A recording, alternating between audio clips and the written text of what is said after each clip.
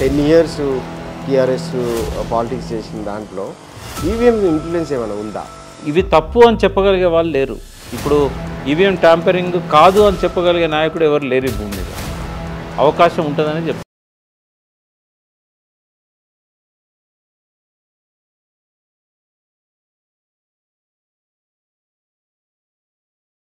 లేదు, ప్రజాస్వామ్యం లేదు. ఎక్కడుంది డెమోక్రసీ? రాజ్యాంగంలో పుస్తకంలో ఉన్నది, బయట ఉందా? 10 yearsలో కూడా TRS party, of course it now BRS party ఆ పని చేసిందంటారా? అడ్డంగా నరికేసిన కాంగ్రెస్ మళ్ళీ బతికి బట్టగట్టి తనని ఓడిస్తుందని చెప్పి కేసీఆర్ కలగన్నాడా? సావు బతుకుల్లో హాస్పిటల్లో ఉండి కూడా స్వార్థంతో ఆలోచిస్తుంది. ఎంతసేపు నేను, నా కుటుంబం, నా పార్టీ, నా బంధువులు, ఇవన్నీ జరుగుతూ ఉంటే నీ ఉద్దేశం ఏమై ఉండొచ్చు? ఇప్పుడు రాజుల కంటే ఘోరమైన పరిపాలనలోకి పోతున్నాం మనం. ఇది ప్రజాస్వామ్యం కాదు. నేనైతే ఎన్నడూ ప్రజాస్వామ్యం అని అనుకోలేదు. మనది ఖాళీ టికెట్ తెచ్చుకో, నేను మీకు గెలిపిస్తాను, నాకు 3 కోట్లు ఇవ్వను. ఎలా అని అంటే సింపుల్గా ఏమన్నానంటే, మేము కంట్రోల్ రూమ్లో ఈవీఎంలు మార్చేస్తాం. ప్రజలు సైలెంట్గా ఉంటే, మనలాంటి వాళ్ళని కూడా సైలెంట్గా ఉంటే జరుగుతుంది, ఖచ్చితంగా జరుగుతుంది. అంటే బీజేపీ ఆర్ఎస్ఎస్ అంధకారంలోకి నడిపిస్తున్నాయి సమాజాన్ని. సో మీరు డైరెక్ట్గా చెప్పేసేస్తున్నారు, వాళ్ళే కారణం దీనికి. వాళ్ళే. సో వీళ్ళకు ఏమై ఉండొచ్చు బ్యాక్గ్రౌండ్? వాళ్ళు ఎవరైనా ఫోర్స్ చేస్తున్నారా? వాళ్ళు ఇది చేస్తున్నారు? వాళ్ళ సిద్ధాంతం అది. దేశాన్ని నాశనం పట్టి వాళ్ళ సిద్ధాంతం. ఒకే పార్టీ, ఒకే నాయకుడు, ఒకే దేశం, ఒకే ఓటు.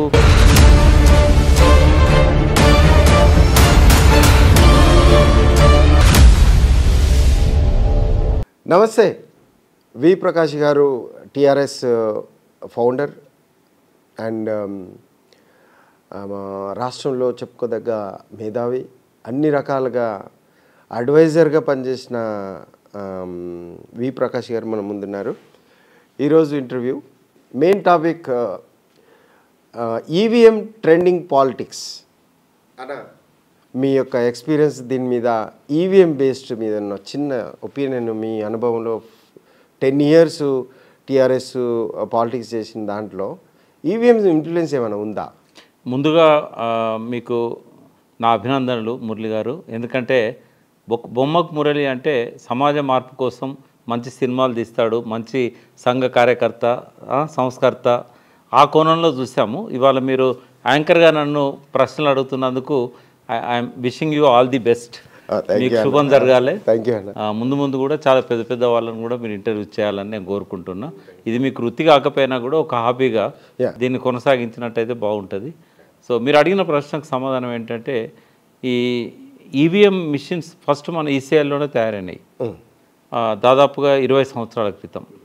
ప్రయోగాత్మకంగా ఆ రోజుల్లో కొన్ని నియోజకవర్గాల్లో, కొన్ని ఎన్నికల్లో, కొన్ని రాష్ట్రాలలో ముందుగా ఇంప్లిమెంట్ చేశారు. 2004 డే 1 నుంచి కూడా విమర్శలు ఎదుర్కొంటున్నాయి. ఈవీఎంలు ఎప్పుడైతే మొదలుపెట్టారో ఆ రోజు నుంచి కూడా వాటి మీద విమర్శలు వచ్చినాయి. ఇవి తప్పు అని చెప్పగలిగే వాళ్ళు లేరు. ఇప్పుడు ఈవీఎం ట్యాంపరింగ్ కాదు అని చెప్పగలిగే నాయకుడు ఎవరు లేరు ఈ భూమి మీద. అవకాశం ఉంటుందని చెప్తారు. అంటే సైంటిస్టులు కాంక్రీట్గా మీరు చెప్తున్నారు, ఈవీఎం పుట్టించిందే పాలిటిక్స్ని తిరగరాసుకొని పాలిటిక్స్ మీద కబ్జా చేద్దామని వాళ్ళు క్రియేట్ చేసిన ఒక ఇన్స్ట్రుమెంట్ అంటున్నారా? ఒక్కటి మురళి గారు, ఏంటంటే ఆధునికతను ఎప్పుడు అడ్డం పడొద్దు, ఆధునికతను ఎప్పుడు ఆహ్వానించాలి. మనం ఆపితే కూడా ఆగేది కాదు. ఒక మోడర్నైజేషన్ అనేది ఏదైతుందో మనం ఆపితే ఆగేది కాదు. ఇవాళ అమెరికా, జపాన్ లాంటి దేశాలు ఆధునికతలో వాళ్ళు రోబోటిక్ లైఫ్ను లీడ్ చేస్తున్నారు. కాబట్టి మనం కూడా ఏంటంటే, మనకి ఇష్టం ఉన్నా లేకున్నా ఆధునికతలో భాగంగా అన్నీ మనకు వస్తూనే ఉంటాయి. కానీ ఇక్కడ జరిగింది ఏంటంటే, ఇక దీని మీద మనం కొద్దిసేపు మాట్లాడుకుందాం. ఇప్పుడు ఈ ఆధునికతలో భాగంగా ఇక్కడ ప్రజల చైతన్య స్థాయి, రాజకీయ పార్టీలు, వాటి యొక్క నిజాయితీలు, ఇవన్నీ ఏది పరిశీలించకుండానే ఆధునికతను తీసి మన మీద రుద్దారనుకోండి, ఇది ఎట్లుంటుంది అంటే, ఉదాహరణ చెప్తా. ఒక హైవే రోడ్ వేస్తారు, ట్రాఫిక్ సెన్స్ అనేది 100 మందిలో 99 మందికి ఉండదు. మనుషులకే ఉండదంటే బర్రెలకు, కుక్కలకు, గాడిదలకు, పిల్లులకు ఉండదు కదా. అవన్నీ రోడ్ల మీదకి వస్తుంటాయి. అవన్నీ రోడ్ల మీదకి రాకుండా పోనీ మరి ఎక్స్ప్రెస్ హైవేలు ఏమన్నా పైనుంచి తీస్తానులా, పివి నరసింహరావు ఎక్స్ప్రెస్ హైవే ఉందనుకో, మధ్యలోకి వెళ్ళి బర్రె రావడానికి ఉండదు, ఒక ఎద్దు రావడానికి ఛాన్స్ లేదు. కానీ రాజీవ్ రహదారి మీరు చూశారు, అన్ని హైదరాబాద్తో కనెక్ట్ ఉన్న అన్ని రహదారులలో కూడా ఓ సర్వీస్ రోడ్ ఉండదు. తర్వాత ఊర్లకు రోడ్లు దాటడానికి వాళ్ళకు అండర్ గ్రౌండ్ నుంచి ఏముండదు ఆ రోడ్ నుంచి. అయితే ఆధునికత పేరుతోని హైవేలు అన్నీ క్రియేట్ చేశారు, కానీ చేయాల్సిన పనులు చేయలేదు. ఫస్ట్ ఏంటంటే ఈ ప్రజల ఆలోచనలలో ఒక మార్పు అనేది రాకుండా నువ్వు ఎంత ఆధునికతను తీసుకొచ్చినా కూడా అది మనుషుల ప్రాణాలకే ముప్పు తెస్తుంది. అందుకే ఇవాళ వేల మంది చచ్చిపోతూ ఉన్నారు. ఇక్కడ మన దగ్గర చూసినట్టయితే మొన్న దుబాయ్ పోయినప్పుడు అడిగినాను, ఇక్కడ యాక్సిడెంట్స్ ఎన్ని జరుగుతాయి మొత్తం దుబాయ్ టౌన్లో, అబుదాబిలో, దుబాయ్లో సంవత్సరం మొత్తంలో ఎంతమంది చనిపోతారంటే హార్డ్లీ వాళ్ళు చెప్పింది ఏంటంటే 120 మంది 130 మంది కంటే ఎక్కువ సరిపోరు అని. మన దగ్గర ఒక్కరోజు చనిపోతున్నారు, ఒక్కరోజు ఎక్కువ చనిపోతుంది. ఎందుకు నేను కాంటాక్ట్ చెప్పినా అంటే ప్రజలల్లో చైతన్యం పెరగకుండా నువ్వు ఆధునికతను తీసుకొచ్చి రుద్దితే అనర్థాలకు దారితీస్తుంది. కొందరికి అది లాభం చేస్తుంది, కానీ ఎక్కువ మందికి నష్టం చేస్తుంది. రాజకీయ పార్టీలలో ఒక్కటి కూడా చిత్తశుద్ధి ఉన్న పార్టీ భారతదేశంలో లేదు. ఇది అండర్లైన్ చేసుకోండి. ఒక్కటంటే ఒక్కటి జనాలు కాదు, పార్టీలకు ఆధునికత గురించి వాళ్ళకి కాదు. నిజాయితీ లేని కాడ నువ్వు ఇది ఎట్లా పెడతావు? ఇప్పుడు ఒక్క పార్టీ పేరు చెప్పండి, ఏదైనా ఒక పార్టీ పెట్టడం వల్ల మీనింగ్ ఏంటంటే మీరు నిజాయితీ లేని party. Technology double edged weapon. ప్రతిదీ డబుల్ ఎడ్జ్డే. కత్తి కూరగాయలు కోసడానికి పనికి వస్తుంది, కత్తి మనుషులను చంపడానికి పనికి వస్తుంది. ఆధునికత కూడా అట్లాగే ఉంటుంది. మోడర్నైజేషన్ అనేది నువ్వు ఈవీఎం మిషన్లు ఎవరి చేతిలో పెట్టాలి? నిజాయితీగా ఉన్న రాజకీయ ప్రభుత్వాల చేతుల్లో పెట్టాలి. ఒక్కటి నిజాయితీ ఉన్న ప్రభుత్వం స్వాతంత్రం వచ్చినాక భారతదేశంలో నిజాయితీ ఉన్న ప్రధానమంత్రులు కానీ నిజాయితీ ఉన్న ముఖ్యమంత్రులు కానీ ఒక మొరార్జీ దేశాయ్ ఉండే, కొద్ది కాలం పాటు చరణ్ సింగ్ ఉండే, కొంతకాలం పాటు విశ్వనాథ్ ప్రతాప్ సింగ్ ఉండే, కొంతకాలం పాటు ఈయనుండే ఎవరు మన గుజరాల్. అంటే వీళ్ళు తప్ప అసలు వాజ్పేయి నిజాయితీ పడే, కానీ వెనకాల కుటుంబం ఆర్ఎస్ఎస్ పనిచేయనిస్తుందా? మోడీ కొంత నిజాయితీ పడే, కానీ వెనకాలన కుటుంబం, ఓ పక్కన అదాని కుటుంబం ఉండే, ఇంకో పక్కనేమో వీళ్ళు ఉండే ఆర్ఎస్ఎస్. నేను అనేది ఏంటంటే కొద్దిగా నోరు జారుతున్నా, దొంగల చేతుల్లో ఏవిఎం మిషన్లు పెడితే అవి ఆ టెక్నాలజీ కరెక్ట్గా పనిచేస్తుందా? అది పెట్టిన కాంచి ఇప్పటిదాకా దొంగలు పెట్టుకోవడానికి కారణమే దొంగతనం చేయడానికి. అక్కడ క్లారిటీ వచ్చేసింది. ఓట్లు కొనడానికే నేనేమంటున్నా అంటే మిషన్ ఓట్లు వేస్తుంది, ప్రజాస్వామ్యంలో మనుషులు ఓట్లు వేయట్లేదు. ప్రజాస్వామ్యాన్ని ప్రభుత్వాన్ని నిర్మించుకోవడానికి హాయి కదా. ఇప్పుడు ఓటర్ల మీద ఒక్కొక్కరి మీద 3,000 5,000 తినిపించి తాగిచ్చి దావతులు ఇచ్చి అన్ని రకాలుగా ప్రలోభాలకు గురి చేసి హామీలు ఇచ్చి ఇదంతా చేసేదానికంటే హాయిగా మిషన్లకు ట్యాంపరింగ్కి అవకాశం పెడితే అయిపోతుంది కదా. ఇంకా అంటే అన్ని రకాలుగా ఇప్పుడు నష్టపోతారు ఓటర్స్ కూడా. ఓటర్స్ స్వాతంత్రం వచ్చిన కానీ ఇప్పటిదాకా ఎన్నికల్లో ఈ పార్టీ ఓడింది ఆ పార్టీ ఓడింది అని చెప్తారు కదా, ఓడినే ఆ పార్టీలు కాదు, అవి వాళ్ళకు ఒక ఆట. అది ఓడింది ప్రజలు.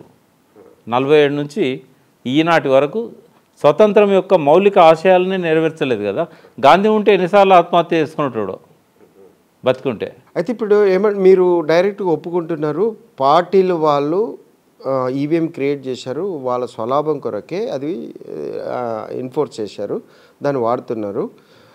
హై టెక్నాలజీ యూజ్ చేసి చైనా లాంటి ఆటోమేషన్ రోబోటిక్ టెక్నాలజీ యూజ్ చేసి దినచర్యలో వాడుకున్న వాళ్ళు కూడా వాడట్లేదు.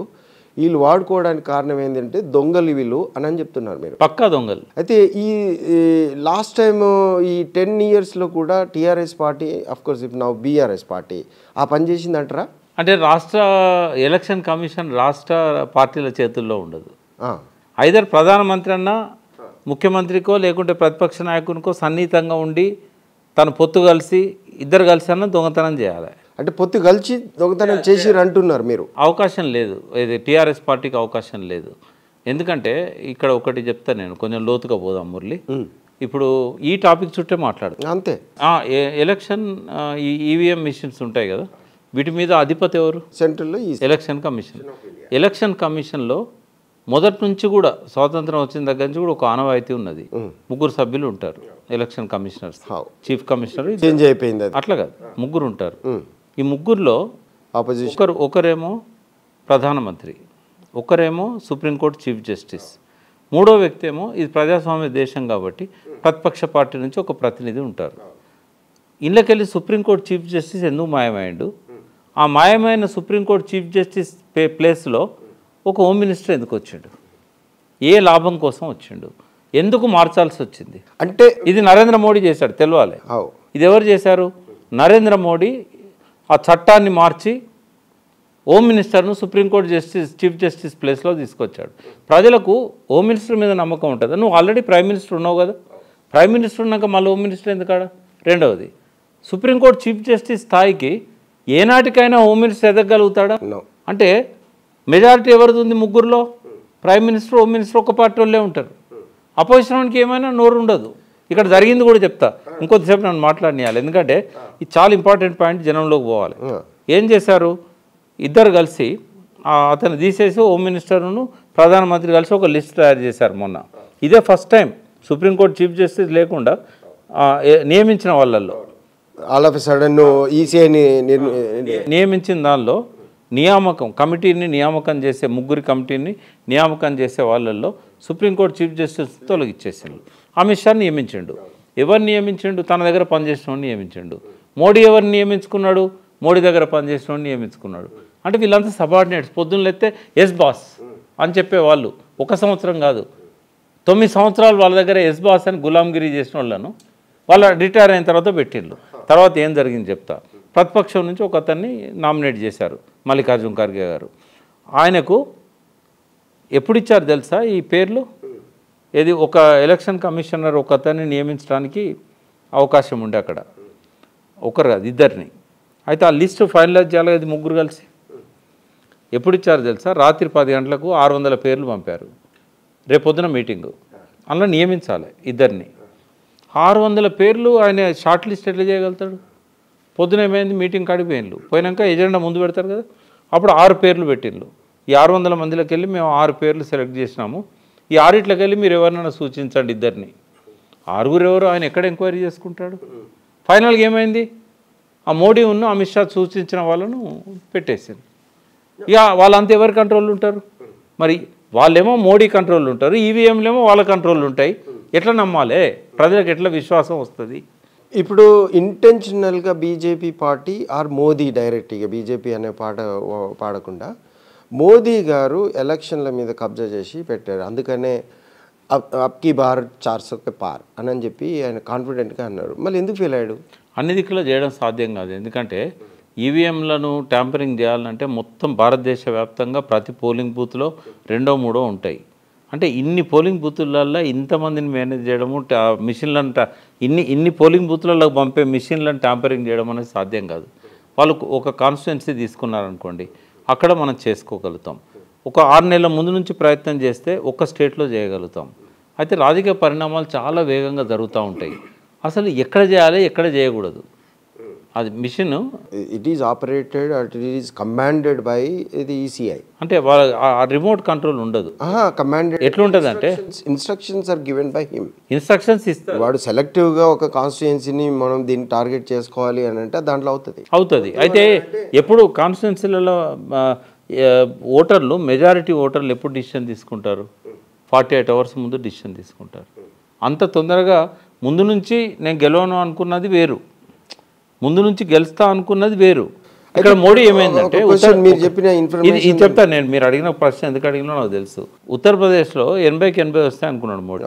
అనుకున్నాడు కాంగ్రెస్కి ఏం లేదు, 80కి 80 వస్తాయి. ములాయం చచ్చిపోయిన తర్వాత అఖిలేష్ ఇదివరకే ఓడిపోయాడు అసెంబ్లీలో, అఖిలేష్కి కూడా ఏం లేదు, వీళ్ళకి ఏం రావు మనకు అని చెప్పి చాలా ఏమంటారు మనం నిర్లక్ష్యంగా వ్యవహరించిండు నా పార్టీ పట్ల.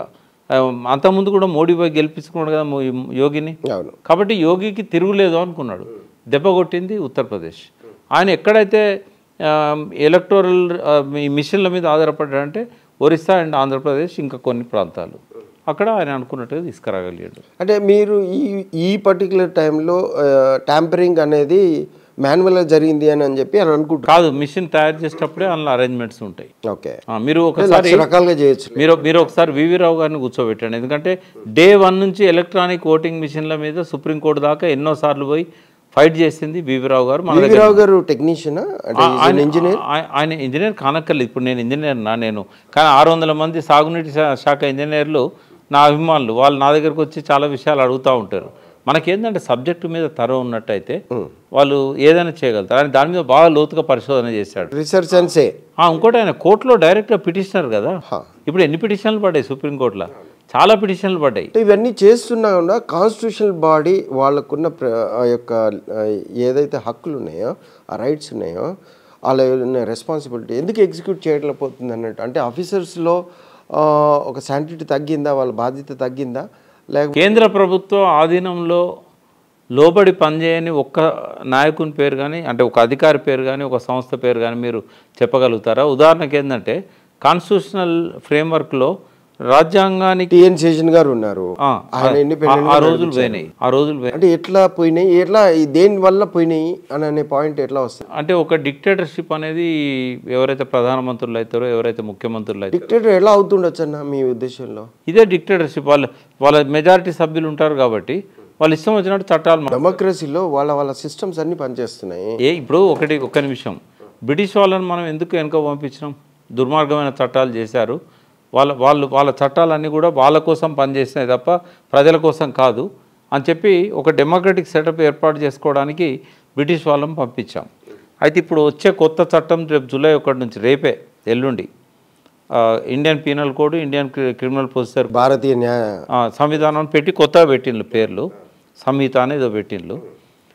అది ఐపీసీ కానీ సిఆర్పిసి కానీ ఎంత దుర్మార్గంగా ఉన్నాయంటే అందులో ఇదివరకు పోలీస్ కస్టడీకి ఇవ్వాలంటే జడ్జెస్ 4 రోజులు 5 రోజుల కంటే ఎక్కువ రాసేవాళ్ళు కాదు. ఎందుకంటే వాడిని ఏమైనా కొడతారు, హింసిస్తారు. పోయేటప్పుడు వైద్య పరీక్ష చేసేటోళ్ళు, వచ్చేటప్పుడు వైద్య పరీక్ష చేసేటోళ్ళు. ఇప్పుడు ఏం రాసింది సార్, 95 రోజులు పోలీస్ కస్టడీకి ఇవ్వచ్చు అని రాశారు అందులో. అంటే ఒకసారి చట్టంలో అది ఉన్న తర్వాత జడ్జెస్ ఉపయోగించుకుంటారు. జడ్జెస్ మీద పోలీస్ ఆఫీసర్లు ఒత్తిడి తెస్తారు, మాకు ఒక 2 నెలలు పోలీస్ కస్టడీ, 3 నెలలు పోలీస్ కస్టడీ అని చెప్పి. ఇక వాడిని బొక్కలు ఇరగొట్టాక కూడా మళ్ళీ అతుకు పెడతారు. ఈ 3 నెలలు చాలు కదా బొక్కలు ఆడడానికి. జరుగుతున్నది అదే. చాలా పోలీస్ స్టేషన్లలో వాళ్ళ టార్చర్కు బొక్కలని ఇరుగుతున్నాయి. ఆ బొక్కలు అతికిన తర్వాత మళ్ళీ వైద్య పరీక్ష చేసి బొక్కలు బాగానే ఉన్నాయని చెప్పి జడ్జికి రిపోర్ట్ చేయడానికి 95 రోజులు పెట్టుకున్నాడు. అంటే ఎన్ని లాకప్ డెత్స్ అయితే ఇట్లా చేస్తే. ఇది ఒకటే కాదు, నేనైతే చెప్తున్నా కదా, నన్ను అరెస్ట్ చేసి జైల్లో పెట్టినా పర్లేదు కానీ అవి 2 నడి పదాల్లో తలగబెట్టాలి రేపు వచ్చే ఐపీసీ అండ్ సిఆర్పిసి. ఈ అడ్వకేట్లు అంతా ఏం చేస్తుంటారో నాకు అర్థమైతే లేదు. అటువంటి ముఖ్యమైన చట్టాలను పార్లమెంట్ సభ్యులంతా ప్రొటెస్ట్ చేస్తూ ఉంటే 8 గంటలలో బిల్లు ఆమోదించిండ్రు దేశానికి తెలియకుండా. ఇవాళ దాని మీద చర్చ జరగాలి. ఇప్పుడు ఇవన్నీ జరుగుతూ ఉంటే మీ ఉద్దేశం ఏమై ఉండొచ్చు? ఇప్పుడు ఇలాంటి చట్టాలు ఇంట్రడ్యూస్ చేసి రాజుల కంటే ఘోరమైన పరిపాలనలోకి పోతున్నాం మనం. ఇది ప్రజాస్వామ్యం కాదు. నేనైతే ఎన్నడూ ప్రజాస్వామ్యం అని అనుకోలేదు మనది. ఎక్కడో కేసీఆర్ లాంటి వాళ్ళు కొంత జనాదరణ ఉన్న ముఖ్యమంత్రులు వచ్చినప్పుడు కొంత అక్కడక్కడ ప్రజాస్వామ్య ఛాయలు కనబడ్డాయి. ఎన్టీ రామారావు వచ్చినప్పుడు, కొన్నిసార్లు చంద్రబాబు నాయుడు పీరియడ్లో. తర్వాత మొత్తం వాళ్ళ పరిపాలన అంతా కూడా ఏ పాలకుడైనా వచ్చినప్పుడు ప్రజాస్వామ్యవాదైనా ముఖ్యమంత్రి అవుతాడు. ఒక 6 నెలలు చాలు అతను నియంతగా మారిపోవడానికి. ఆ తర్వాత ఎవరిని లెక్క చేయడు, ఏ రాజ్యాంగాన్ని లెక్క చేయడు. ఇప్పుడు ఈ గడ్డ మీద ఎంత నెత్తురులకింది మురళి, 25-30 వేల మంది కదా ఇక్కడ ఆత్మార్పణలు చేసింది బుల్లెట్ల దెబ్బలకు, బూటకపు ఎన్కౌంటర్లకు. అట్లా బూటకపు ఎన్కౌంటర్లు చేయమని ఏ రాజ్యాంగం చెప్పింది? అయితే మీరు డైరెక్ట్గా చెప్పేస్తారు మన దగ్గర డెమోక్రసీ లేదు, ప్రజాస్వామ్యం లేదు. ఎక్కడుంది డెమోక్రసీ? రాజ్యాంగంలో పుస్తకంలో ఉన్నది, బయట ఉందా? ఎంతమంది దళితులను హింసిస్తున్నారు, ఎంతమంది చంపుతున్నారు? ఏ ప్రజాస్వామ్య బద్ధంగా సాగుతున్న ఒక పాలన కానీ, ఒక ముఖ్యమంత్రిని కానీ, ఒక ప్రధానమంత్రిని కానీ మీరు చూపెట్టగలుగుతారా? ఈ మొత్తం 75 ఏళ్ళ అమృతోత్సవాలు చేసుకుంటాను కదా, స్వాతంత్రం వచ్చి సిగ్గుపడాలి రిపబ్లిక్ డే రోజు నమస్తే పెట్టడానికి జెండాకు. ఎందుకంటే ఏ రాజ్యాంగం, ఇప్పుడు ప్రతి ముఖ్యమంత్రి కానీ ప్రతి మంత్రి కానీ ఏం ప్రమాణ స్వీకారం చేస్తాడు గవర్నర్ దగ్గర? మంత్రి పదవి తీసుకునేటప్పుడు ముఖ్యమంత్రి రాగద్వేషాలకు దేనికి లొంగకుండా నేను పరిపాలన చేస్తాను, ఏది నిస్వార్థంగా, ఏది బయట పెట్టను. నిజంగా ఎవరైనా చేసిందా అట్లా? ఎంతమంది ఉంటారు? ఏళ్ళ మీద లెక్క పెట్టవచ్చు. ఆ రోజులు పోయినాయి. సత్యకాలపు సత్యాలు, గోపాలకృష్ణ, తరమేల నాగిరెడ్డి లాంటి వాళ్ళు ఉండేవాళ్ళు. ఇప్పుడు కులం అయిపోయింది. ఇప్పుడు పాలిటిక్స్ అనేది మనుషులు ఓట్లు వేస్తే లీడర్లు గెలుస్తలేరు, పార్టీలు గవర్నమెంట్ ఫామ్ చేయట్లేదు. అయితే ఇప్పుడు కామన్ సిటిజన్ ఆర్ అందరు లీడర్స్కి కాంపిటీషన్ ఏంటంటే ఈవీఎం పైన ధ్యాస పెట్టాలి. ఈవీఎంని ఎలా హ్యాకింగ్ చేయాలి, ఎలా ట్యాంపరింగ్ చేయాలి, అది ఎవరి చేతిలో ఉంటాయి? ఓన్లీ ఎలక్షన్ కమిషన్లో ఉన్నవాళ్ళు, ప్రధానమంత్రి, హోమ్ మినిస్టర్, వీళ్ళు తప్ప ఇంకోరి చేతిలో ఉండవు. ఎవరైనా ముఖ్యమంత్రి అది చేయాలనుకుంటే వాళ్ళతో కొల్యూడై చేయాలి. అయితే ఇది ఎక్కడి దాకా దారి తీయొచ్చు అన్న? ఇప్పుడు కొన్ని రోజుల తర్వాత ఇక అసలు ఎలక్షన్స్ అవసరం లేదు అన్న పాయింట్లోకి వచ్చేస్తుంది కదా. అంటే ఇప్పుడు ఇంతకుముందే పీపుల్స్ వారు ఒకసారి ఎన్నికలను బహిష్కరించాలని ఒక 40-50 ఏళ్ళు వాళ్ళు పిలిపించారు, ప్రజలు దాన్ని స్వీకరించలేదు. తర్వాత అదివరకు ఏం చేశారంటే బూత్ క్యాప్చరింగులు చేసి ఓట్లు వేయించుకోవడం మొదలుపెట్టారు. ఇప్పుడు మోడర్న్ టెక్నిక్ ఏదైతే ఇప్పుడు ఈవీఎం మిషన్లు వచ్చినాయో బూత్ క్యాప్చరింగ్లో అవసరం లేదు, ఆ మిషనే క్యాప్చర్ చేస్తే అయిపోయాయి. మిషన్ ఎప్పుడు చేస్తారు? ఆ మిషన్ 1 నెల రోజుల ముందో 2 నెలల ముందో చేస్తారు. అది ఎక్కడైతే మిషన్ రెడీ ఫేక్ ఎలక్షన్స్ అవుతున్నాయి మీ ఉద్దేశం? అయ్యే అవకాశం ఉంది, అన్నీ అవుతున్నాయని నేను అన్నాను. ఎక్కడెక్కడైతే అంటే మీరు డైరెక్ట్ అలా చెప్పేస్తున్నారు కదా. కేసీఆర్ గారు చేశారా ఈ 10 yearsలో? కేసీఆర్ గారికి ఎందుకు అవసరం పడలేదు కదా. కేసీఆర్ గారికి ఎన్నాడు ఓడిపోతానే మురళి, కేసీఆర్ గారికి అంత దూరం చేయాల్సిన అవసరం లేదు. ఓడిపోతానేమో అనే ఒక్క చిన్న అభద్రతా భావం ఆయన మెదడులోకి వచ్చి ఉంటే ఇవాళ 70-80 సీట్లు వచ్చేటి. ఆయన చాలా ఓవర్ కాన్ఫిడెన్స్తో పోయి పోగొట్టుకున్నాడు. ఇప్పుడు చంద్రబాబుకి అర్బన్లో మ్యాక్సిమం టీఆర్ఎస్ బీఆర్ఎస్కి వచ్చాయి కదా. అవును, అక్కడ ట్యాంపరింగ్ చేసిందని మీరు అంటున్నారా, ఒప్పుకుంటారా? నేను మన అసెంబ్లీ ఎలక్షన్ల గురించి మాట్లాడతలేను. పార్లమెంట్ ఇక్కడి నుంచి పోదాం మనం. అక్కడ అసెంబ్లీ ఎలక్షన్లో ట్యాంపరింగ్ జరగలేదు, ఇక్కడ అవసరం పడలేదు. ఒకసారి 101 కార్పొరేట్ జిహెచ్ఎంసీ ఎలక్షన్లో వస్తాయి, మేము కార్పొరేట్లను గెలుపుకుంటా అని చెప్పి ఫస్ట్ టైం ఆయన రంగప్రవేశం చేసేసి రాష్ట్రం మన జిహెచ్ఎంసీ పరిధిలో ఉన్న అన్ని కార్పొరేట్లు తిరిగారు. నేను ఏమంటున్నా మురళి, ఈ మిషన్లు ప్రధానమంత్రి చేతిలో ఉంటాయి, హోంమంత్రి చేతిలో ఉంటాయి, కేంద్ర ఎలక్షన్ కమిషన్ చేతిలో ఉంటాయి. ఇవి రాష్ట్ర ముఖ్యమంత్రుల ఆధీనంలో సారీ టు ఆబ్జెక్టివ్ అంటే ఇప్పుడు ఈ ప్రతిదీ ఆపరేటెడ్ బై ప్రధానమంత్రి లేకపోతే హోంమంత్రి అంటే ఎవరికి ఇచ్చారు అనేది వాళ్ళకే తెలుసు. ఇప్పుడు వాళ్ళకి ఎవరికి ఇచ్చారు అంటే ఇప్పుడు మీరు ట్యాంపరింగ్ అయ్యే విషయం, ఇప్పుడు వాళ్ళతో కొల్లీడ్ అయిన వాళ్ళు ఉన్నారు. టీఆర్ఎస్ ఒకప్పుడు వాళ్ళకి ఫ్రెండ్స్, ఎవరికి బీజేపీకి. వైఎస్ఆర్సీపీని గెలిపియాలని చెప్పేసి ఈయన మీడియేట్ చేసేసి అక్కడ గెలిపించేసారు. 170 దాకా వచ్చాయి వాళ్ళకి. సో అప్పుడు ఈయనకు అవసరం ఉంది కాబట్టి ఆయన చంద్రబాబు నాయుడు గారిది ఆయనను దింపేయాలి, ఆయన మీద కక్షపూరితమైన చర్యలు తీసుకోవాలి అన్న ఉద్దేశంతో కేసీఆర్ గారి టీం అంతా మీడియేట్ చేసి అక్కడ ఆయన గెలిపించారు అని అనుకుందాం కదా. ఇప్పుడు వాళ్ళకే చేస్తున్నప్పుడు, వాళ్ళకి హింట్ ఇచ్చినప్పుడు, ఇది మీరు అనుకున్నట్టు అది 1 month బిఫోరే ఆపరేట్ చేసి పెట్టినాయి ఆ సిస్టమ్స్. ఇప్పుడు ఎవరికి అవసరం ఉంటుందంటే నేను ఓడిపోతానేమో అని కొంచెం అన్న ఒక 0.001% డౌట్ ఉన్న వాళ్ళు ఉంటారు కదా, అది అనుకుందాం మనం. 90% కాదు, 0.001% డౌట్ ఉన్నా కూడా వాళ్ళు ఇటువంటి పనులకు ప్రయత్నం చేస్తారు. కానీ కేసీఆర్కి ఆ రోజు 0.001% డౌట్ లేదు, మొన్న కూడా 0.001% డౌట్ లేదు నేను అధికారాన్ని పోగొట్టుకుంటున్నాను. ఎందుకంటే నేను చాలా మంచి పనులు చేస్తున్నా, ప్రజలు నన్ను ఆదరిస్తున్నారు, ఎంతసేపు పథకాలు, రైతు బంధు ఈయన ఇచ్చే వాటి మీద ప్రజలు ఓట్లేస్తారనే దానిలో ఆ భ్రమలోనే ఉన్నాడు. ఎందుకంటే అప్పుడు వేశారు కదా, 88 సీట్లు వచ్చాయి కదా, ఇప్పుడు కూడా అట్లే వస్తాయని చెప్పి ఆ భ్రమలో ఆయన ఉన్నాడు. ఒకవేళ ఆయనకి ఏమైనా అనుమానం ఉన్నప్పుడు కదా ఏమన్నా ఈవీఎంల కోసం ట్రై చేసేవాడు. ఏపీ తోటి పెడుసు కొట్టేది వాళ్ళ కూతురిని ఆల్రెడీ తీసుకుపోయి TR జైల్లో వేశారు. ఇక ఆయనకు ఆ ఆప్షన్స్ లేవు. ఈయన మీరు మీలాంటి వాళ్ళు ఇలా వచ్చి చెప్పడం అనేది ఆయన కవర్ చేయడానికి కాదు. నేను అనేది ఏంటంటే మొన్నటి ఎన్నికలలో ఆయనకు చేసే అవకాశం కూడా లేదు అంటున్నాను నేను. ఎందుకంటే బీజేపీతో ఆయన బాగాలేదు, అది ఓకే.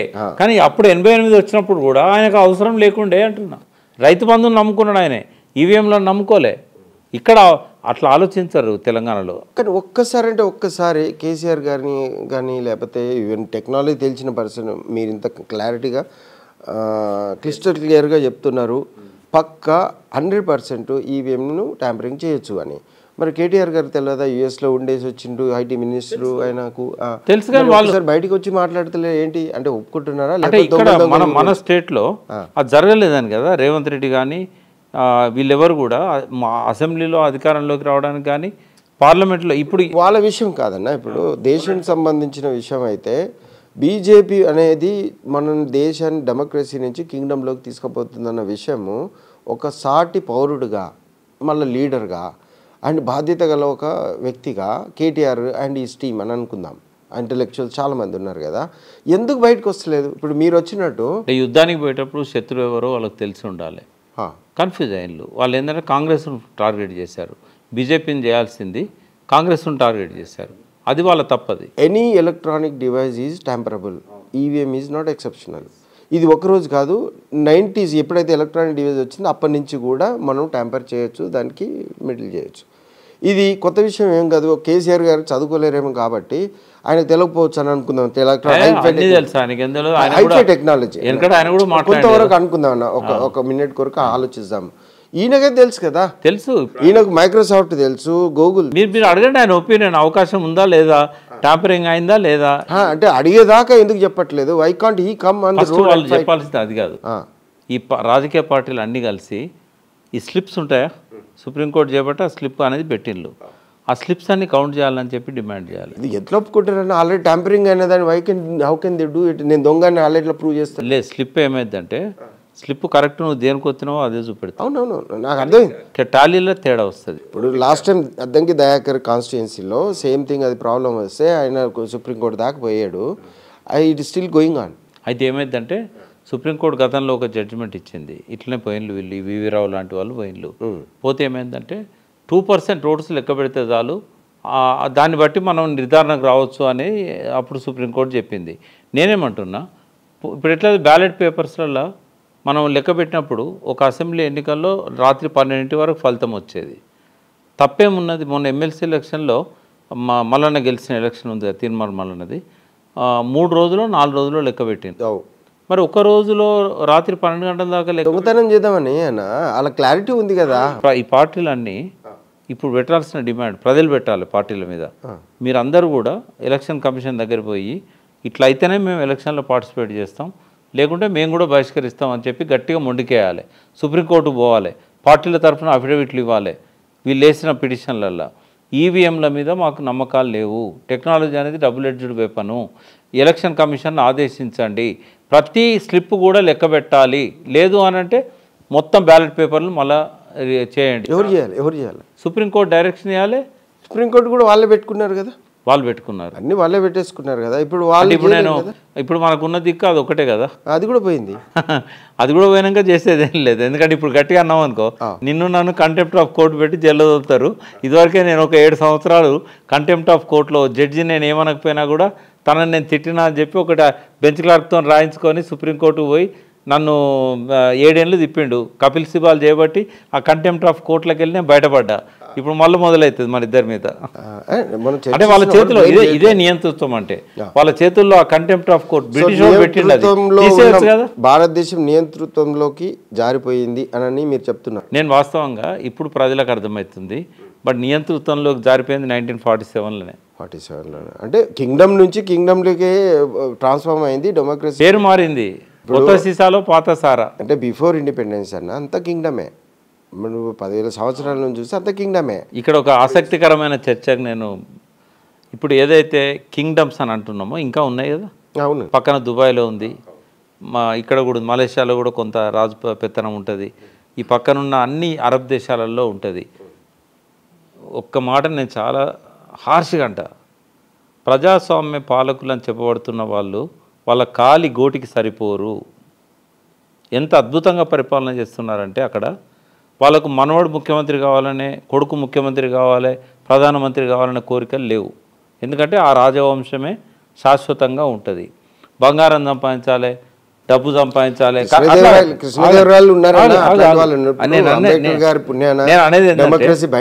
ఒక నిమిషం, డెమోక్రసీ లాగా అంబేద్కర్ రాసినట్టుగా వస్తే బాగానే ఉండేది. ఇక్కడ టాపిక్ చేంజ్ కావద్దు.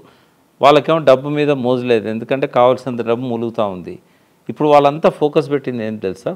డెవలప్మెంట్, ప్రజల సంక్షేమం. ఎవరో విష్ణునూరు దేశముఖ్ రాజులాగా ఇండస్ట్రియలిస్టులు అక్కడనోళ్ళు మన ఇండియా నుంచి పోయిన వాళ్ళను బానిసలుగా చూస్తుండొచ్చు, కానీ రాజరికంలో ఒక అద్భుతమైన ఆవిష్కరణ జరిగింది వాళ్ళ మెదళ్ళల్లో. We should be number 1 in the world. అభివృద్ధిలో కానీ సంక్షేమంలో కానీ మనం ప్రపంచంలో నంబర్ 1గా ఉండాలనేమో రాజులు ఆలోచిస్తున్నారు. మనం 5 ఏళ్ళు మనకు టైం దొరికింది, మనం నియంతృత్వం చెలాయించాలి, మళ్ళీ 5 ఏళ్ళు వచ్చడానికి ప్రయత్నం చేయాలి, కొడుకులను మనవాళ్ళని చేసుకోవాలి, మన పార్టీ శాశ్వతంగా ఉండాలి, ఇంకో పార్టీ బతకద్దు, బట్టగట్టనియద్దు, ఎవడు ఎదురు తిరిగినా చంపేయాలి, జైళ్ళల్లో పెట్టాలి, అక్రమ కేసులు పెట్టాలి, ఈ అడ్డదారులలో సంపాదించాలి. ఇది భారత ప్రజాస్వామ్యం. అంటే వీళ్ళు కింగ్డమ్ కూడా వద్దని అదే కావాలని అనుకుంటలే, ప్రజాస్వామ్యం పేరిట కింగ్డమ్ కంటే ఎక్కువ పవర్స్ ఎంజాయ్ చేయాలి. చాలా ఘోరంగా అసలు అలానే కింగ్డమ్ పక్క పెట్టు, మనుషుల్లాగా లేరు కదా, మనుషులు మాయమైపోయినలు. ఎందుకు వచ్చిందని రాజకీయాల నుంచి మనుషులు మాయమైపోయి చాలా కాలమైంది. ఈ ఆలోచన ఎందుకు వచ్చిందని? గ్రీడీనెస్, డబ్బు. లాస్ట్కి ఇప్పుడు అంత సంపాదించినా, అన్ని సంవత్సరాలు పరిపాలన చేసినా, ఇందిరాగాంధీ గదే 6 అడుగులు తలగబెట్టడానికి తీసుకున్నది, రాజీవ్ గాంధీ గదే 6 అడుగులు, ప్రధానమంత్రులంతా కాలగర్భంలో కలిసిపోయిన వాళ్ళ గదే 6 అడుగులు, అంతకంటే జంషెడ్ టాటా గదే 6 అడుగులు. అంటే ఈ 6 అడుగుల కొరకు ఇవన్నీ చేస్తారు అంటున్నారు. 6 అడుగుల గురించి తెలుసుంటే మనిషిలాగా బతికేవాళ్ళు. మనిషి గ్రీడీనెస్ చావు బతుకుల్లో హాస్పిటల్లో ఉండి కూడా స్వార్థంతో ఆలోచిస్తారు.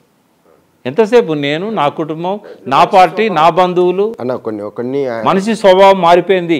మనిషి స్వభావం అది కాదు, జంతువుల కంటే ఘోరంగా అయింది కదా మనిషి స్వభావం. వాడు అట్లనే, జంతువులకు డిఫరెన్స్ ఉన్నది మనిషి స్వభావం. వాడిది అప్పటి నుంచి కూడా ఇది నాది నాది నాది అనేసి ఏది పట్టుకుంటుంది నాదండి. ఇప్పుడు ఖడ్గం మృగమైనా, లేకపోతే అడవికి మృగరాజైనా, సింహం ఇంకో సింహాన్ని చంపదు. ఏ జాతి వాళ్ళు కూడా తన జాతిని చంపరు. దాని స్వభావం అన్న. ఇప్పుడు మనిషి స్వభావం మారిపోయింది. వాడు జంతువులా లేడు, ఎప్పుడు ఘోరంగా తయారండు.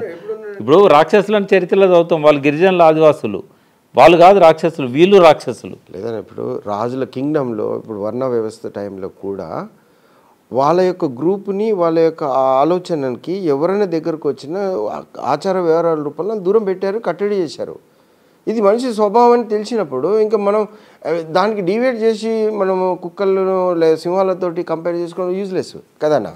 అంటే గివెన్ సిచ్యువేషన్ చాలా నియంత్రణలాగా పరిపాలన చేస్తున్నారు అధికారంలోకి వచ్చి. అంటే డెమోక్రసీకి మనం ఫిట్ కాదా, లేకపోతే డెమోక్రసీ అనేది బై ఫ్లూక్లో, బై మిస్టేక్లో? డెమోక్రసీ బతకాలంటే ప్రజలు ఫస్ట్ అక్షరాస్యులు కావాలి. ఎవరి ఇష్టం అన్నది. మీరు స్వతంత్రం వచ్చినాక బిఫోర్ అయితే కింగ్డమ్ ఉంది, తర్వాత కింగ్డమ్ వద్దు డెమోక్రసీ కావాలని పోరాడి చేసిన మనిషి ఎవరు ఉండొచ్చు? ఇక్కడ ఏమైందంటే, నేను అనేది ఏంటంటే డెమోక్రసీ కోసమే 200 సంవత్సరాలు పోరాటం జరిగింది. నిజమా? మొదటి నుంచి కూడా ఆ డెమోక్రటిక్ రూల్ కోసమే కదా. ఎక్కడ ఎవరు చెప్పారని కొన్ని అంటే నేనేమంటున్నా అంటే కలోనియల్ రూల్ పోవాలి అని అంటే ప్రపంచంలో చాలా దేశాలు కలోనియల్ రూల్ నుండి డెమోక్రటిక్ వైపు పోతున్నాయి. ఇప్పుడు అమెరికా ఉంది, అమెరికాలో జార్జ్ వాషింగ్టన్, ఆ టైంలోనే అబ్రహాం లింకన్, మనకేంటంటే ఒక డెమోక్రసీ అక్కడ చూసాం మనం. అట్లాగే బ్రిటన్లో ఒక డెమోక్రసీ మనం చూసాం. కానీ అది ఎవరు ఇనిషియేట్ చేసిండొచ్చు అన్న? బ్రిటిష్ వాళ్ళు, రాజులే అంటే బ్రిటిష్ ఎలిజబెత్ రానే కదా ఇప్పటికి బ్రిటన్లో. కానీ ఒక డెమోక్రసీ ఉంది అక్కడ. ఏంటంటే ఎలక్షన్ జరుగుతుంది. అంటే వాళ్ళు బ్రిటిష్ వాళ్ళు ఎక్కడ పోయి వాళ్ళు వదిలేసేటప్పుడు డెమోక్రసీని అటాచ్ చేసిపోతారు, కింగ్డమ్ ఇయ్యరు. కింగ్డమ్ ఎందుకు ఉంటుంది ఇంకా? ఎందుకు ఇయ్యరని వాళ్ళు ప్లాన్గా చేసిరా? అది ఏంటంటే పరోక్షంగా దోపిడీ చేయడానికి డెమోక్రసీని పెట్టారు. అంటే డివైడ్ అండ్ రూల్ చేయడానికి డెమోక్రసీ వాళ్ళు వలస. ఇప్పుడు ఫ్రాన్స్ కానీ, జపాన్ కానీ, జర్మనీ కానీ, బ్రిటన్ కానీ, ఇవే కదా ప్రపంచాన్ని మొత్తాన్ని పరిపాలించినాయి. ఎందుకు పరిపాలించినంటే వాళ్ళ దగ్గర అత్యాధునిక ఆయుధాలు ఉన్నాయి, మన దగ్గర కత్తులు కటార్లు ఉన్నాయి. వాడేమో 3 కిలోమీటర్ల దూరం నుంచి బుల్లెట్తో కాలుస్తున్నాడు, వాడు శక్తివంతుడయ్యాడు. మనమేమో వాడి దగ్గర కత్తే తప్ప నరకలేమ్మా, మనం బలహీనమైనాం. వాడు ఆ రాజ్యాలన్నీ మందుగుండుతోనే బాణాలు సరిపోవు, మందుగుండు ముందు బాణాలు సరిపోవు. ఎందుకంటే దాని డిస్టెన్స్ దీని డిస్టెన్స్ సరిపోదు. ఇండియా కదా కరెక్టే. కానీ ఈ తోపులు ఉన్నాయి కదా, ఈ తోపులు దాదాపు 2-3 కిలోమీటర్ల దూరం నుంచి పేలుస్తారు కదా, అది పడ్డదంటే అందరు ఖతమే కదా బాణాలు పట్టుకున్న వాళ్ళంతా. అయితే ఇట్లా గెలిచిండ్రు మొత్తం. ఎవరి చేతిలో రాజ్యాధికారం వచ్చినా కూడా ఆయుధాలతో మందుగుండుతోనే వాడు గెలిచిండు. అంటే డిస్కషన్ ఒక్క దిక్కు పక్కకు పెట్టి ఒక క్వశ్చన్ నేను సరదాగా అడుగుతున్నానా. ప్రతి innovation is created in India అన్న. మన హిస్టరీ చెప్తుంది. ఇప్పుడు మీరు మహాభారత్లోకి పోతే ఇలాంటి బాంబ్స్ అన్నిటిని అక్కడ తయారు చేసింది. ఇప్పుడు ఈ మొన్న వచ్చేసి 3 కిలోమీటర్ దూరం నుంచి కాల్ చేసేవాడు వచ్చాడు, వాడు పవర్ఫుల్ అని మనం అంటాం. అవి నేర్పించింది మనం అయినప్పుడు ఆ టైంలో అవన్నీ విద్యలు ఎక్కడ పోయినాయి? అంటే ఇప్పుడు మనం బుద్ధుని కాలంలో ఈ నాగార్జున విశ్వవిద్యాలయం కానీ ఇట్లాంటివన్నీ, నలంద కానీ ఇవన్నీ అయినాయి కదా. అవి వీలైనంత వరకు తస్కరించిండ్లు, ఎత్తుకపోయిన్లు, వీలైనంత వరకు కలబెట్టిండ్లు. అయితే మన దగ్గరనే అన్ని తయారైనా కూడా మనకు అందకుండా పోయినాయి. అవి విదేశీయుల చేతుల్లో పోయి మళ్ళీ ఇప్పుడు రూపం మార్చుకొని అవే ముందు మన దగ్గరికి వస్తున్నాయి. ఇది ఈ సైన్స్ అంతా కూడా మీరు అన్నది నిజమే అని అనుకుంటే ఈ తవ్వకాల్లో ఇవి తప్ప మిగిలిన కనబడతాయి. బుద్ధుడి ఎత్తుకపోయలేదు కదా, అన్ని ఎత్తుకపోయినట్టు ఊరు చేసుకొని పోరు కదా, ఏడ పడితే ఆడ పడేసిపోతే అవి పడను. గ్రంథాల రూపంలో అప్పుడు ఉండే. ఇట్ ఈస్ ఏ స్క్రిప్ట్ కదన్నా. స్క్రిప్ట్ జరిగింది. ఇప్పుడు స్క్రిప్ట్ అనేది పుస్తకాల్లో ఉంటేనే దాన్ని చూసి నేర్చుకోవటం కాదు కదా. ఇప్పుడు గురుకులంలో విద్య నేర్చుకున్నారు, ఇప్పుడు వేదాలు ఇప్పుడు కూడా ఉన్నాయి. వీళ్ళెవరికి అది ఇవేమో చెప్తే వస్తాయి. ఇప్పుడు ఒకటి కొత్త తయారు చేయాలంటే దానికి కొన్ని ప్రిన్సిపల్స్, దానికి కావాల్సిన ఇవన్నీ ఉంటాయి. ఆ పేపర్లలోనే ఉంటాయి అవి. ఈ శిలాశాసనాల మీద రాసే అంత చిన్నగా క్లుప్తంగా ఉండవు అవి. కాబట్టి ఆయుధాలను తయారు చేసే ప్రక్రియ కానీ, విమానాలు కానీ, పుష్పక విమానాలు ఇట్లాంటివి, ఈ టెక్నాలజీ అంతా వాళ్ళు ఎత్తుకపోయి వాళ్ళు మళ్ళీ మనకు తయారు చేసి పంపిస్తున్నారు. ఇప్పుడు వాళ్ళు ఎత్తుకపోయిన వాళ్ళు ఇక్కడ రాసిన భాష వాళ్ళకి అర్థమైందో లేదో తెలియదు. అయ్యో, మీకు తెలుగు డిక్షనరీ రాసింది సిపి బ్రౌన్. వాడు వచ్చి నేర్చుకొని మనకే డిక్షనరీ ఇచ్చిపోయాడు కదా. అయితే వాళ్ళు మనకి ఇవ్వట్లే, వాళ్ళ దగ్గర ఉన్నాయని. అన్ని వాళ్ళ దగ్గరనే ఉన్నాయి. ఇప్పుడు మీ ఇక్కడ దొరకని బుక్ కాలిఫోర్నియా లైబ్రరీలో మనకు కనబడుతుంది, కెనడా లైబ్రరీలో మనకు కనబడుతుంది. నేను తెలంగాణ ఉద్యమాల చరిత్ర రాయడానికి నాకు సహకరించిన సీక్రెట్ ఇన్ఫర్మేషన్ అంతా, చాలా లోతైన విశ్లేషణ చేయడానికి కావాల్సిన సమాచారం అంతా కూడా ఆ ఇంటర్నేషనల్ లైబ్రరీలోకి వెళ్ళి తెచ్చుకున్నాను నేను. వాళ్ళన్నీ తీసుకుపోయాను. అయితే చివరిగా ఎవరికి ప్రైమ్ మినిస్టర్ దగ్గర ఉంటాడో ఆయనతోటి వాళ్ళ రాష్ట్రాల్లో గెలవడానికి అవకాశం ఉంది. ఎందుకంటే ఈవీఎంల మీదనే నమ్ముకుంటే ఇప్పుడు ఈవీఎం ట్రెండింగే. మళ్ళీ మనం అంటే ఇక్కడ ఎట్లా ఉంటుందంటే చెప్తానండి, మనిషి మెదడులో మోడీ కావచ్చు, కేసీఆర్ కావచ్చు, చంద్రబాబు కావచ్చు, వాళ్ళ ఆలోచనలు ఎట్లుంటాయంటే, మనము ఈసారి మెజారిటీ స్థానాలు గెలుస్తున్నాం, మనకు అది అవసరం లేదు. ఎందుకంటే బట్టిగా అవుతుందా 10,000 కోట్లు 20,000 కోట్లు తలగబెట్టాలి ఆడ. అవసరం మనం గెలుస్తాం కదా, మనకెందుకు మళ్ళీ వీని చేతిలో మనం ఎందుకు పోవాలి? ఈవీఎంలు మేనేజ్ చేయాలంటే 10,000 కోట్లు పెట్టాలి, ఈజీగా అయితే. అచ్చా, last time Chandrababu Naidu and చేసిన వాళ్ళు అయ్యుండొచ్చు. నేను వాళ్ళు చేసిన నేను చెప్పట్లేదు, అవకాశం ఉంది అని చెప్తున్నా. చేయడానికి అవకాశం ఉంది. అది చేస్తేనే వాళ్ళకి అవకాశం వచ్చింది కదా. అంటే రిజల్ట్ కనబడుతుంది కానీ రిజల్ట్ కనబడుతుంది. కేసీఆర్ గారికి అంత స్తోమత లేదా? బాగా సంపాదించారని ఆయనకు అభద్రత భావం లేదు కదా. చంద్రబాబు నాయుడుకు ఉండే ఈ జగన్ కొట్టడం సాధ్యమైందో కాదు, మళ్ళీ రెండోసారి కూడా వస్తాడేమో అనే భయం ఉండే. కానీ రేవంత్ రెడ్డి ముఖ్యమంత్రి అవుతాడు, కాంగ్రెస్ అడ్డంగా నరికేసిన కాంగ్రెస్ మళ్ళీ బతికి బట్టగట్టి తనని ఓడిస్తుందని చెప్పి కేసీఆర్ కలగన్నాడా?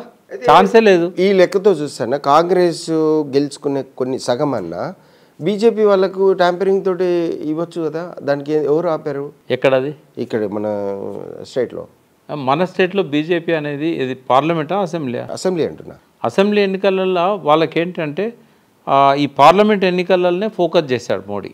ఏది ఈ ఎలక్షన్ కమిషన్ మార్చడం కానీ, ఈవీఎంలు ట్యాంపరింగ్ చేయాలనే ఆలోచనలు కానీ పార్లమెంట్ ఎన్నికలనే చేస్తారు. ఈ రాష్ట్ర అసెంబ్లీ ఎన్నికలలో జనరల్గా జరగదు. బట్ రెండు ఒకసారి వచ్చినాయి కాబట్టి ఏమన్నా జరిగే అవకాశం, అక్కడ బీజేపీ కూడా దోస్తీ కట్టింది కాబట్టి తెలుగుదేశంతో అక్కడే అయిందేమో. అక్కడ వాళ్ళు ఆరోపణ చేస్తున్నారు వైఎస్ఆర్సీపీ వాళ్ళు, ఏంటంటే కొన్ని రోజుల పాటు సింగపూర్ బెయిన్లు వీళ్ళు అక్కడనే ఏదో చేశారు. అసలు ఈ రైట్ టు ఇన్ఫర్మేషన్ కింద అడగాలి ఏమనంటే, ఈ ఈవీఎం మిషన్లు ఎక్కడి నుంచి తెచ్చారు? ఇదివరకేమో మొత్తం మన తక్కువ ప్రొడ్యూస్ చేసినప్పుడు ఈసీఐలు ప్రొడ్యూస్ చేసేది. అన్నీ వాళ్ళు ఇవ్వరు కూడా, ఇచ్చిన రైట్ టు ఇన్ఫర్మేషన్ తోటి కూడా చింపి పడేసేస్తారు. క్లారిటీ ఉంది వాళ్ళకి. దీనికి పరిష్కారం చెప్తాను నేను. ఈవీఎంని ట్యాంపర్ చేసి నేను అనేది ఏంటంటే, మనం వ్యక్తుల మీద పోయేదానికంటే వ్యవస్థలో ఇది ఒక లోపం ఉంది. ఈ లోపాన్ని ఎట్లా ఎదుర్కోవాలనేది నేను చెప్తున్నాను. ప్రజల లోపల చైతన్యం రావాలి. కానీ ఒకటి అడుగుతాం మురళి, ఇప్పుడు ఒక తరాన్ని ఎడ్యుకేట్ చేయడానికి స్వాతంత్రం వచ్చిన తర్వాత ఇప్పుడు నాలుగో తరం ఇప్పుడు ఈ 4వ తరంలో కూడా ఇంకా 50% 40% నిరక్షరాస్యులు ఉండే అవకాశం ఉంటుందా? ఎందుకు ఉండాలి? ప్రభుత్వానికి విద్య అందరికి ఇవ్వాలి, వాళ్ళకి కావాల్సిన సౌకర్యాలు ఇవ్వాలి అనుకున్నప్పుడు అందరినీ ఎడ్యుకేట్ చేయాలి కదా. మీరు మిక్సింగ్ చేస్తున్నారన్న అంటే నేను అనేది ఏంటంటే, చైతన్యం అనేది రాకుండా ఆపుతున్నారు. చైతన్యం కాకుండా ఉండడానికి చేస్తున్నారు కదా. ఇప్పుడు మనం క్లారిటీలో ఉన్నారు, మనం చైతన్యవంతులను చేయాలి. ఏంటంటే ఇప్పుడు ఒక సంఘం పట్ల, ప్రజల పట్ల మమకారం, ప్రజాస్వామ్యం పట్ల గౌరవం ఉన్న ప్రతి ఒక్కరు కూడా, మీలాంటి వాళ్ళు, నాలాంటి వాళ్ళు మనమే బయలుదేరాలి. ఎందుకంటే గంటసాల పాట ఉంది, ఎవరో వస్తారని ఏదో చేస్తారని ఎదురు చూసి మోసపోకుమా అని. 75 ఏళ్ళు ఎదురు చూసినా మోసపోయినాం. ఈ రాజకీయ నాయకులు ఈ పార్టీలు మారుతున్నారు కానీ వాళ్ళకి ఇజాలు లేవు, సిద్ధాంతాలు లేవు. బీజేపీ కూడా ఇప్పుడు సిద్ధాంతాన్ని పక్కకు పెట్టి గోడ దునుకున్న వాళ్ళందరినీ తీసుకుంటా ఉన్నది. కాబట్టి దాంతో ఒక కంక్లూజన్ చేయొచ్చా అంటే నేను అనేది ఏంటంటే, ఈ డెమోక్రటిక్ ఫోర్సెస్ అని మనం అనుకుంటాను కదా, హ్యూమన్ రైట్స్ అని, పీపుల్స్ వార్ లాంటి పార్టీ కూడా ఆ పార్టీని పక్కకు పెట్టి బయటికి రావాలి. ఎందుకు రావాలంటే వరుసగా ఫెయిల్యూర్స్ వస్తున్నాయి. ఈ రోజుల్లో కూడా టెక్నాలజీ ఇంత డెవలప్ అయిన తర్వాత సాయుధ తిరుగుబాటు ద్వారా ఈ ప్రభుత్వాలను కూల్చడం అనేది సాధ్యం కాదనేది వాళ్ళకి అర్థం కావాలి. అర్థమై మెయిన్ స్ట్రీమ్లోకి రావాలి. వాళ్ళు వచ్చి ప్రజలను చైతన్యవంతులను చేస్తేనే ఈ దొంగల ఆటను కట్టేయచ్చు, ఈ నియంత్రణను మట్టు పెట్టచ్చు. చిన్న ఎగ్జాంపుల్ ఇస్తాను. మీరు ప్రజలను చైతన్యవంతులు చేయటము అనేది చాలా ఈజీగా చెప్తున్నారు కదా. ఇప్పుడు మా కాలనీ ఉంది ఇక్కడ దాదాపు ఒక 150 మంది ఉంటారు. ఒక ట్రూ లీడర్ మీ లాంటి వాళ్ళు వచ్చేసేసి ఇక్కడ నేను కాంటాక్ట్ చేస్తున్నా, ఒక మీటింగ్ పెడుతున్నానంటే ఎంతమంది నిజమైన ఓటర్లు వచ్చి మీరు చెప్పే మాటలు వింటారని అనుకుంటున్నారు? ఇప్పుడు ఈ కాళోజీ నారాయణరావు లాంటి వాడే సత్తుపల్లిలో ఘోరంగా ఓడిపోయాడు. నేను వేసినా నువ్వు వేసినా మనం గెలవం. ఎందుకు గెలవమంటే చైతన్యవంతులను చేయాలన్నప్పుడు అది ఓవరాల్గా జరగాలి. చైతన్యం అనేది ఏ యాంగిల్లో వాళ్ళు చైతన్యవంతులుగా వాళ్ళు జాగ్రత్త పడుతున్నారు. చైతన్యవంతులు కానివ్వము అని వాళ్ళు అంటున్నారు. యూఏపీ యాక్ట్ ప్రకారంగా అర్బన్ నక్సలైట్గా ఆయన తీసుకుపోయి జైలు వేస్తారు. ఇప్పుడు కొత్త చట్ట ప్రకారంగా 3 నెలలు బట్టి మెక్కలు ఇరగొడతారు. అంటే వేల సంఖ్యలో మనలాంటి వాళ్ళు తయారయ్యి యూఏపీ యాక్ట్ వేస్తారన్న. అదే చేస్తేనే అవుతుంది. అంటే దాని పరిష్కారం అది ఒకటే మురళి. ఏ పార్టీకి ఇంకో పార్టీ ప్రత్యామ్నాయం కాదు. నియంత పోవాలి, ప్రజాస్వామ్యం పరిడవిల్లాలంటే ప్రజల లోపల చైతన్యం రావాలి. వేరే దేశాలలో ఎట్లా వస్తున్నది అన్న? ఇదంతా డిస్కషన్లో ప్రజాస్వామ్యమే లేదు. 1940s ఉండనియరు కూడా ఉండనివ్వరు, కంకణం కట్టుకుని అది చేస్తున్నారు. ఇక పాసిబిలిటీ లేదు. కింగ్డమ్ని యాక్సెప్ట్ చేస్తే తప్పేంటి? ఈ కింగ్డమ్ వచ్చే అవకాశం లేదు మన దగ్గర. ఎందుకు? ఒకసారి డెమోక్రసీ రాజ్యాంగాన్ని రాసుకున్నారు కాబట్టి ఎన్నికలు జరుగుతూనే ఉంటాయి, తీసేస్తారు, రాజ్యాంగం మారుస్తారు అని తిరుగుతారు. మోడీకి 400 సీట్లు వచ్చి ఉంటే ప్రెసిడెంట్ ఎక్కువ అధికారాలు ఉండే ఒక వ్యవస్థ వచ్చేది. ఇప్పుడు లాక్కుంటాడు అందరినీ. ఎంతసేపు అని ఆయన ఎవరితో సంబంధం పెట్టుకుంటే వాళ్ళందరినీ తోడు చేసి వాళ్ళని పెట్టేసి. అంటే ఇక్కడ ఏమైందంటే కరడు కట్టిన వ్యతిరేకులు బీజేపీకి చాలా మంది తయారయ్యారు. వాళ్ళు యాక్సెప్ట్ చేయరు. అంటే దొంగల దగ్గర ఊరు పంచుకునేలో ఒక గొడవలు అవుతున్నాయి. ఇప్పుడు వాళ్ళు ఎవడు అధికారంలో ఉంటే ఇంకోటి ప్రతిపక్షంలో ఉంటాడు కదా. అందరినీ ఒకటి చేయడం మోడీకి సాధ్యం కాదు. కాబట్టి కమ్యూనిస్టులు ఉన్నారు ఇక్కడ, వాళ్ళకు కొన్ని సీట్లు ఉన్నాయి. మమతా లాంటి వాళ్ళు ఉన్నారు, నవీన్ పట్నాయక్ లాంటి వాళ్ళు ఉన్నారు ఇక్కడ. అనేది బిలో పవర్టీ లైన్. అప్పుడెప్పుడు నితీష్ చంద్రబాబు ఎంత నియంత్రణతో ఉన్నా కూడా వాళ్ళు దొంగలు కారు కదా. ఎంతో కొంత ప్రతిఘటిస్తారు ఇటువంటి వాటిని. ఇప్పుడు ఓటుకు నోటు కేసు ఉంది ఆయనకి. ఇంకో కేసు ఏది మొన్నటిదాకా జైల్లో తీసుకొని తందామని అనుకున్నారు. తన కోసం తను కొంత దిగజారొచ్చు, కానీ ఒక దేశవ్యాప్తంగా చర్చ జరిగే అవకాశాలు ఉన్న వాటిలలో డెఫినెట్గా కొంత తను కాపాడుకోవడానికైనా కొంత మాట్లాడాల్సి వస్తుంది. ఇవాళ వాళ్ళ కూటమిలో ఉన్న నితీష్ అంత దిగజారుతాడని నేనైతే అనుకోవట్లేదు. ఈ విషయాన్ని ఇప్పుడు తెలంగాణను ఎలా అయితే నెత్తినెత్తుకొని కేసీఆర్ పెద్ద దిక్కాని అని చెప్పి తెలంగాణ జాతిపితగా మనను ఆదరించేంత స్థాయికి ఎదిగిన పర్సను మన కింగ్డమ్లోకి తీసుకువెళ్తున్న ఈ అరాచక దుష్టశక్తులను దొంగలు ఊరు పంచుకున్న ఈ వ్యక్తులను ఈ సంస్థలని ఎండగట్టడానికి కేసీఆర్ ఏమైనా ముందుకు రా అవకాశం ఉందా అన్న? ఎందుకంటే ఆయన మొదట్లో ఈవీఎం కెన్ బి ట్యాంపర్డ్ అని చెప్పిన పర్సన్ ఈ 10 yearsలో మాట్లాడలేడు. ఇప్పుడు ఆయనకు వచ్చిన ఈ పాటు మీకైతే ఎట్లాగో తెలిసింది కాబట్టి ఈవీఎం 100% ట్యాంపరింగ్ అని. ఇప్పుడు ట్రెండింగ్ ఈవీఎం పాలిటిక్స్లో పోతే ఆయన ఈవీఎం మ్యానుఫ్యాక్చరింగ్ చేస్తాడా, ఈవీఎం మీద పోరాటం చేస్తాడా? చేయాలి కదా, పోరాటం చేయాలి. ఆయన పట్ల ప్రజలకు కొంత నమ్మకం ఉంటుంది, ఎంతో కొంత. ఏ వైపు మీరు మొగ్గు చూపిస్తుండొచ్చు అని అనుకోవచ్చు. ఆయన పోరాటం చేయడానికి సిద్ధపడతాడు. ఎందుకంటే ఈ 2 పార్టీలను ఎండగట్టింది ఆయనే. భారతదేశానికి ఒక ప్రత్యామ్నాయ వేదిక కావాలి, ప్రత్యామ్నాయ రాజకీయం కావాలి, దేశంలో మౌలిక సమస్యలను పరిష్కరించలేదు అని గొంతెత్తి మాట్లాడింది గత టర్మ్లో. అంటే ఛాన్సెస్ ఉన్నాయన్న కేసీఆర్ గారికి అంత ఏజ్ కానీ లేకపోతే? అంటే నేను అనేది ఏజ్ అని అంటే రాజకీయ నాయకులకు ఎట్లుంటుందంటే ఆఖరి శ్వాస దాకా రాజకీయాల్లో యాక్టివ్గానే ఉంటారు. ఆ ఆఖరి శ్వాస దాకా వాళ్ళు ఏదో మాట్లాడుతూనే ఉంటారు, ఏదో చేస్తూనే ఉంటారు కదా. ఏజ్ గురించి మాట్లాడద్దు, బట్ ఆ జీలు ఉందా లేదా, ఆ పట్టుదల ఉందా లేదా అనేది ఆ లక్ష్యాలు పెట్టుకున్నప్పుడు తెలుస్తుంది మనకు. సిద్ధాంతం పైన పోయి మీరు ఒకటే ఇప్పుడు మురళి గారు, దేశంలో రాష్ట్రంలో ఉన్న ఏ సమస్యనైనా పరిష్కరించాలన్నా ఏది మార్చాలన్నా ప్రజలతోనే సాధ్యమవుతుంది. రాజకీయ నాయకులను ప్రజలు వాళ్ళ స్థాయిలో లేరు కదా. లేదు, అందుకే కదా. అందుకే అంబేద్కర్ ఏం చెప్పాడు, ముందు అధ్యయనం చేయి, ఏం జరుగుతుంది అనేది అధ్యయనం చేయి.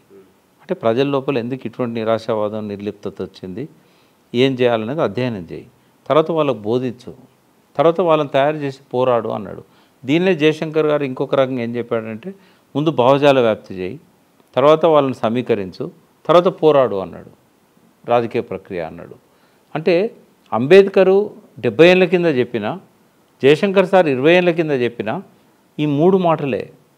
ముందు అధ్యయనం చేయాలి పరిస్థితిని, తర్వాత వాళ్ళకు బోధించాలి, సమీకరించి పోరాటం చేయాలి. అది ఇప్పుడు ఈవీఎంలనైనా నియంత్రణలు ఎదుర్కోవాలన్నా ఈ వ్యవస్థ ప్రజాస్వామ్యంగా పరిడవిల్లాలన్నా ఈ 3 పదాలే అంబేద్కర్ చెప్పిందే, జయశంకర్ చెప్పిందే ఆచరణ సాధ్యం.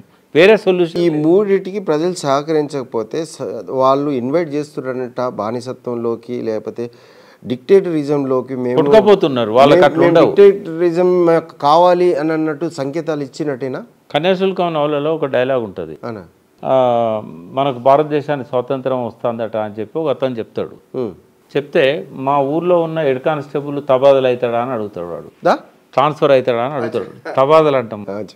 అంటే వానికి దేశం గురించి వానికి ఎందుకు, వాని కొడుతున్న వాని హెడ్ కానిస్టేబుల్ గురించి వానికి మంట ఉన్నది. ప్రజల విషయంలో ఎట్లుంటుందంటే వాళ్ళు నిత్య సమస్యల మీదనే వాళ్ళు ఆలోచిస్తారు తప్ప ఇవాళ ఒక ఎమ్మెల్యే క్యాండిడేట్ వచ్చి పాసిబుల్ కానే ఒక నిమిషం, ఒక ఎమ్మెల్యే క్యాండిడేట్ వచ్చి వానికి ఒక ఓటుకు 5,000 చొప్పున ఇంట్లో 5 ఉంటే 25,000 ఇస్తాడు అనుకో, వానికి ఇష్టం ఉన్నా లేకున్నా అప్పులోడు వచ్చి ఇంటి మీద కూర్చుంటాడు. వానికి ఇవ్వాలంటే ఈ పైసలు అక్కడికి వస్తాయి, ఎంతో కొంత ఇచ్చి వాడిని శాంతింపజేయచ్చు. వాని ఆలోచనలు, వాని సిద్ధాంతాలు అన్నీ పక్కకు పోతాయి. ఆ డబ్బే ప్రధానమవుతుంది వానికి. పోచారం లాంటి సిన్సియర్గా ఉన్న ఒక పొలిటీషియను, నాన్ కరప్టెడ్ మన సంజయ్ లాంటి ఒక జగిత్యాల ఒక డాక్టరు, విద్యాధికుడు, ఆయన మీద కూడా కరప్షన్ అలిగేషన్ లేవు. ఇట్లాంటి వాళ్ళు ఇలా పార్టీ మారిందంటే ఆ ఒత్తిడే. వాళ్ళు ఏదో అంటే ఆ ఒత్తిడికి లోనవుతున్నాడు మనిషి. అది ఎంత పెద్ద నాయకుడైనా కూడా ఆ ఒత్తిళ్లకు లోనై ఆ రకంగా వ్యవహరించాల్సిన పరిస్థితి వస్తుంది. ఇది అర్థం చేసుకోవాలి మనం. కానీ ప్రజలకు సంబంధించినంత వరకు ప్రజలను పేదరికంలోనే కంటిన్యూ చేసి మోచేతి నీళ్లు తాగే వాళ్ళలాగా తయారు చేసి కుక్కకు బొక్కేస్తే ఆ బొక్కతో సంతృప్తి పడే విధంగా వాళ్ళ గుణాలను మార్చి వాళ్ళని దిగజార్చింది, వాళ్ళని కరప్ట్ చేసింది ఈ దొంగలే కదా 75 ఏళ్ళ నుంచి. ఇప్పుడు టీఆర్ఎస్ వాళ్ళ ప్రభుత్వం 10 సంవత్సరాలు ఉన్నప్పుడు వాళ్ళు చేసింది అదే. టీఆర్ఎస్ గురించి ఏంటంటే చాలా మినాయింపులు ఉన్నాయి. నాకు ఎందుకున్నాయి, వాళ్ళు కూడా తెచ్చుకోలేరా? కాదు ఎందుకున్నాయనంటే ఇప్పుడు అదే సందర్భం వీళ్ళకి రిపీట్ అయింది. ఒక్క నిమిషం, టీఆర్ఎస్లో జరిగిన పెద్ద తప్పు ఏంటంటే ఉద్యమ స్ఫూర్తిని ఆయన కూడా తొక్కేసిండు. ఆయన కనుక ఉద్యమ స్ఫూర్తిని ప్రజల చైతన్యాన్ని పెంచడానికి మావోగద చైనాలో సంస్కృతి విప్లవం తీసుకొచ్చినట్టు తెలంగాణ వచ్చిన మరుసటి రోజు నుంచి ఈ ఉద్యమ స్ఫూర్తిని తెలంగాణ అభివృద్ధి కోసం, ప్రజల చైతన్యం కోసం ఆయన వినియోగించి ఉన్నట్టయితే ఇంకొక సమాజం వచ్చేది. ఉద్యమం పేరిట ఆయన మోసం చేసి గదనెక్కిరని అంటారు మీరు. కాదు, నేను అట్లా అనట్లేదు. దీనికి జమీన్ ఆస్మాన్ తేడా ఉంది. మీరు చెప్పేదాన్ని, నేను చెప్పేదాన్ని. నేనేమంటున్నా అంటే కేసీఆర్ ఎట్లా ఆలోచిస్తారంటే ఏ టైంకి ఎవరు కలిసి వస్తారు, ఉద్యమము లేపాలంటే పీపుల్స్ వారి దగ్గర నుంచి ఎవరెవరో దగ్గర నుంచి ఆర్ఎస్ఎస్ కానీ ఆర్ఎస్యు కానీ అందరు అవసరమే ఉద్యమం కోసం. ఎందుకంటే ఒక్క ప్రాంతీయ అంటే తప్పవుతుందా? కాదు తప్పు. మనము పదాలు జాగ్రత్త వాడాలి. సారీ, ఇప్పుడు ఉద్యమంలో ఏమవుతుందంటే ఆ ఉద్యమ లక్ష్యాన్ని చేరుకోవడానికి ఆశించే వాళ్ళందరినీ కలుపుకురావాలి. అంటే ప్రాంతీయ ఉద్యమానికే ఆ నేచర్ ఉంటుంది, దేనికి ఉండదు. ఇప్పుడు బీజేపీని, ఆర్ఎస్ఎస్ను, ఆర్ఎస్యును, నక్సలైట్లను ఒక్క వేదిక మీద దేగలిగేది ఏంటంటే ప్రాంతీయ ఉద్యమమే. ఇక ఏ ఉద్యమంలో ఈ శక్తులు కలవవు, రైట్ లెఫ్ట్ కలిసేది లేదు. కాబట్టి ఆయన ఏం చేశాడు, తెలంగాణ రావాలి అని అంటే అందరు కలిస్తేనే వస్తుంది. కాబట్టి ఆ కోదండరామ్ గారి ఆధ్వర్యంలో ఆ కమిటీ పెట్టి ఐక్యవేదిక పెట్టి ఏదో జేఏసీ పెట్టి అదే ఎట్లా అనుకోనియండి. నేను అనేది ఏంటంటే వాడుకున్న తెలంగాణ తెచ్చాడు కదా, తెలంగాణ వచ్చింది. వచ్చిన తర్వాత వచ్చింది అంటే నేను అనేది ఏంటంటే ఆయన లేని తెలంగాణ పదమే ఉచ్చరించడానికి మేమంతా చేతులు ఎత్తే నేనే కదా, నేనే ఐక్యవేదికల మెయిన్ పర్సన్.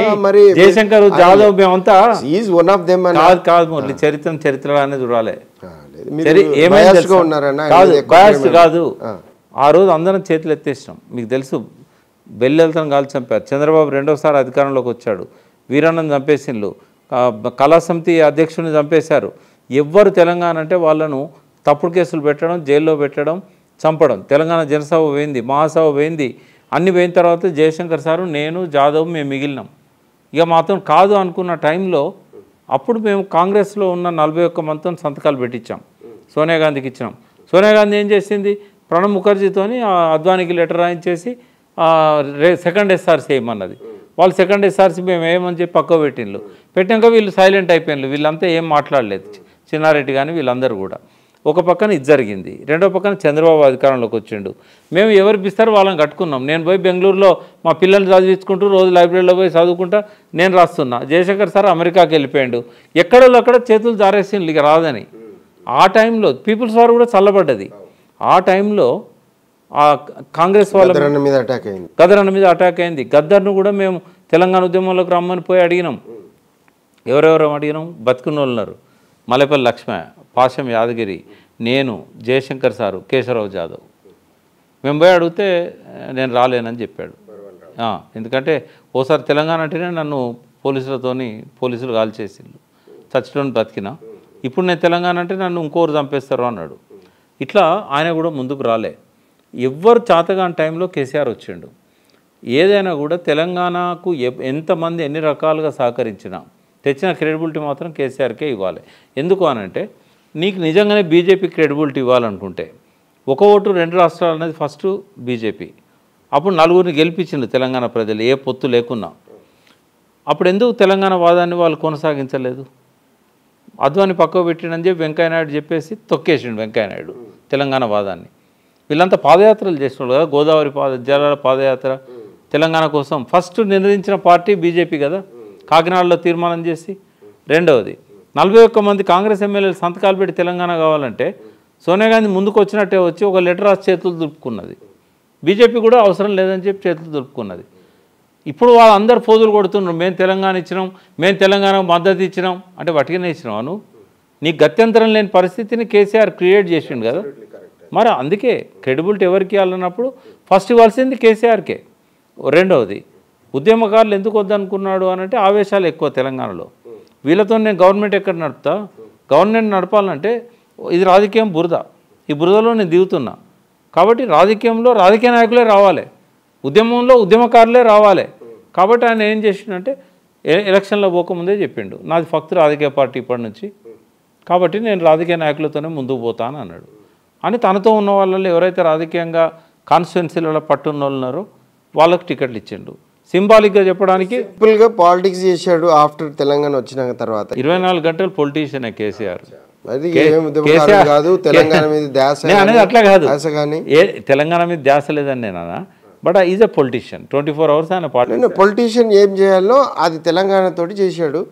తెలంగాణ ఆయన రాజకీయం, ఆయన రాజకీయ క్షేత్రం తెలంగాణను వదిలిపెట్టిండు కాబట్టి ప్రజల్లో కొంచెం దూరం. అందుకనే కాంగ్రెస్ పార్టీ వాళ్ళని కొంతమంది తీసుకున్నాడు, బీజేపీ వాళ్ళని కొంతమంది తీసుకున్నాడు, బీజేపీ వాళ్ళతో పొత్తు పెట్టుకు. అంటే మురళి ఇప్పుడు బండి నడవాలి. ఎప్పుడైతే స్టీఫెన్ సేన్ను కొనడానికి ప్రయత్నం చేసిండో రేవంత్ రెడ్డి ద్వారా మన చంద్రబాబు నాయుడు, అప్పుడే కొంతమంది ఎమ్మెల్యేలతో మాట్లాడుకున్నాడు ఆయన. ఓ 10 మంది ఎమ్మెల్యేలను లాగితే గవర్నమెంట్, 5గురిని లాగినా కూడా గవర్నమెంట్ ఉండదు కదా, 3గురిని లాగినా కూడా ఉండదు, 63 మందే కదా. సో అభద్రతా భావంలో ఉండే కేసీఆర్. అయితే నెక్స్ట్ ఎలక్షన్లో 2029లో ఈవీఎం మ్యానుఫ్యాక్చరింగ్ ఏమైనా చేస్తుండొచ్చా మన బీఆర్ఎస్ పార్టీకి? ఇట్లా అరే ఏమైనా పార్టీలు ఇట్లా వాళ్ళ ఓన్ పార్టీలు ఇప్పుడు అధికారంలో ఉన్నది ఎవరు? ఇప్పుడు వాళ్ళకు ఉన్నది కేంద్రంలో ఉన్నది మోడీ. అవకాశం మోడీకి ఉంటుంది చేయాలనుకుంటే, ఎవరు వేరే వాళ్ళకి అన్న. ఇప్పుడు నేను ఏమంటున్నానంటే ఇప్పుడు కంట్రోలింగ్ ఆఫీసర్ ఉన్నాడు అక్కడ, ఏముండదు. ఈవీఎంలు తయారు చేసిన కానీ ట్యాంపరింగ్కి అవకాశం ఉంటుంది. ఈ పోలింగ్ బూత్లో ఉన్న ఏజెంట్లు కానీ, పోలింగ్ బూత్లో ఉన్న ఆఫీసర్ కానీ కంట్రోల్ రూమ్లో పెట్టిన ఏవిఎంలను మార్చేస్తే ట్యాంపరింగ్ పాసిబుల్ కదండి. అది మార్చరు, సాధ్యం కాదు అసలు. వాళ్ళకి ఇప్పుడు ఎన్ని లక్షల ఈవీఎంలు మన దేశవ్యాప్తంగా తిప్పారు. ప్రతి రికార్డు ఈయన చేతిలో ఉంటుంది. లేదు, ప్రతి ఆఫీసర్ ఇప్పుడు ప్రతి ఆఫీసర్ కరెక్ట్ అయినప్పుడు అనుమానాలు వచ్చిన తర్వాత నిఘా పెట్టిండ్రు. మీకు ఒకటి చెప్తాను ఏంటంటే 99లో ఇట్లాంటిది ఏదన్నా పోలింగ్ పెట్టెల్ని మార్స్తారేమో అనే డౌట్తోని పెట్టెలను మార్చాలన్నప్పుడు ఈవీఎంలు, నేను ఒక నిమిషం, ఈవీఎంనైనా మార్చవచ్చు, బ్యాలెట్ పేపర్ల బాక్స్ను కూడా మార్చవచ్చు కదా. అయితే పీజీఆర్ ఏం చేసిండు తెలుసా? ఆ రాత్రి అంతా కాపలా పెట్టిండు 15 రోజులు లాల్బాగ్ స్టేడియం. ఎంతమంది పెట్టిండు. ఖైరతాబాద్ కాన్స్టిట్యున్సీ అని ఒక దగ్గర పెట్టిండు. ఆడ కాపలా పెట్టిండు ఆయన రాత్రిపూట. అంటే గా రోజులనే పెట్టినప్పుడు ఇప్పుడు పార్టీలు పెట్టాయా? ఇంకోటి సీసీ కెమెరాలు ఉంటాయి, పోలీసులు ఉంటారు, అందులోనే కొంతమంది వీళ్ళకి ఏజెంట్లు ఉంటారు ఆ పోలీసులలోనే. కాబట్టి ఇప్పుడు అట్లా ఈ లెవెల్లో సాధ్యం కాదు మురళి. ఇప్పుడు సింగపూర్లో తయారు చేశారు బాక్సులు అనుకుందాం, సాధ్యమైతే ఉన్నట్టే కదా. అంటే అక్కడ సాధ్యమవుతుంది. లేదు మనము ఫస్ట్ ఏంటంటే ఈ అన్న చిన్న స్ట్రైట్ క్వశ్చన్స్ ఏంటంటే ఈవీఎం మ్యానుఫ్యాక్చరింగ్ సిస్టమ్స్ అన్నీ రెడీ చేసినామని అనుకుందామన్నా. నేను చేసుకున్నా. ఇప్పుడు నేను లాస్ట్ టైము 2018లో నేను కాంటాక్ట్ చేసిన సికింద్రాబాద్ కంటోన్మెంట్లో. నాకు ఆఫర్ ఇచ్చారు, నీకు ఖాళీ టికెట్ తెచ్చుకో, నేను మీకు గెలిపిస్తాను, నాకు 3 కోట్లు ఇవ్వని అన్నాడు. ఈవీఎంలు ఎలా అని అంటే సింపుల్గా ఏమన్నానంటే, మేము కంట్రోల్ రూమ్లో ఈవీఎంలు మార్చేస్తాం, నువ్వు 100% గెలుస్తావు, ఫస్ట్ ఒక అమౌంట్ నేను తర్వాత ఒక గవర్నమెంట్. అంటే ఇప్పుడు ఇక్కడ నేను ఆ స్టోరీ చెప్పడానికి కారణం ఏంటంటే నేను ఇన్వాల్వ్ అయినాను కాదు, ఈడ అంత లూజ్లీ కపుల్డ్ అని అంటున్నా నేను. ఇప్పుడు ప్రైమ్ మినిస్టర్ స్థాయిలో ఆయన రేంజ్లో ఆయన కరప్షన్ చేస్తున్నాడు ఈవీఎంల మీద, దాని తర్వాత ఇచ్చిన హైరార్కీ అంత కరప్షన్ చేస్తుందని అంటున్నాను. ఎందుకంటే ప్రతి వాడికి మీరు చెప్పిన దాన్ని నేనేం కాదనట్లేదు, అవకాశాలు అయితే ఉంటాయి. సో ఇప్పుడు మీరు ఇచ్చే మెసేజ్ ఏంది అని అంటే, ఈవీఎం ట్రెండింగ్ పాలిటిక్స్ చేయటం కరెక్టు. ఇక బిర్యానీ కానీ ఈ పాంప్లెట్ల రూపంలో కానీ రథాలను పెట్టి టైం వేస్ట్ పని, పైసలు వేస్ట్ పని, ఓటుకు పైసలు ఇచ్చే పని, ఇవన్నీ పోతాయి, అన్నీ ఉంటాయి. ఎందుకంటే ఈ బీసీలలో కానీ ఎస్సీ ఎస్టీలలో కానీ ఒక ఆత్మస్థైర్యాన్ని దెబ్బతీయాలి వాళ్ళు. ఎందుకు దెబ్బతీయాలంటే ఎలక్షన్లో మనం పోటీ చేయవచ్చు అనే ఒక ధైర్యాన్ని వాళ్ళకి రాకుండా ఆపగలగాలి. లేకపోతే నాలాంటి వాళ్ళు అందరం కూడా ఎలక్షన్లో పోతాం. అది దానికి ఏం చేస్తారంటే మన చేతులతోనే కొన్ని కోట్ల రూపాయలు ఖర్చు చేయిస్తారు. మన మైండ్లో ఏం పడుతుంది అంటే, అమ్మో ఎలక్షన్లు నిలబడితే ఇన్ని కోట్లు ఖర్చు అవుతాయా, ఇన్ని డబ్బులు నా దగ్గర ఎక్కడున్నాయి, ఎక్కడైనా అంటాం కదా, ఇవన్నీ చేస్తారు వాళ్ళు, ఏది వదులుకోరు. ఈవెన్ వాళ్ళకంతా నేనేమంటున్నా అంటే, మీ ద్వారా నేను ఒక మెసేజ్ కావాలి ఈ కెమెరా సమాజానికి ఇవ్వాల్సిన ఒకటి ఏంటంటే, ట్రెండింగ్ పాలిటిక్స్ ఈవీఎం బేస్ చేసేది జరగబోతుంది, మిగిలిన అన్నీ ఉత్తుతాయే. ఇప్పుడు మనం ఏం చేయాలి అంటే, ఈవీఎం మ్యానుఫ్యాక్చరింగ్ చేయాలి, అంగట్లో కూడా కొనేటట్టు అది అవైలబిలిటీ ఉండేటట్టు చేసేయాలి. అది చేసినాక తర్వాత లోకల్గా ఈ కంట్రోల్ రూమ్ బేసిస్లో మనం కరప్షన్ చేస్తే ఆడికే ఇచ్చుకుంటే 100 కోట్లు ఇచ్చామనుకో, ఈవీఎం చేంజ్ చేసుకోవట్టు కదా, అది పాసిబిలిటీ ఉంది. బట్ నేనేమంటా, సో ఈ పాలిటిక్స్ చేయటం అనేది మనం చూడబోతామా ఈ 2029లో?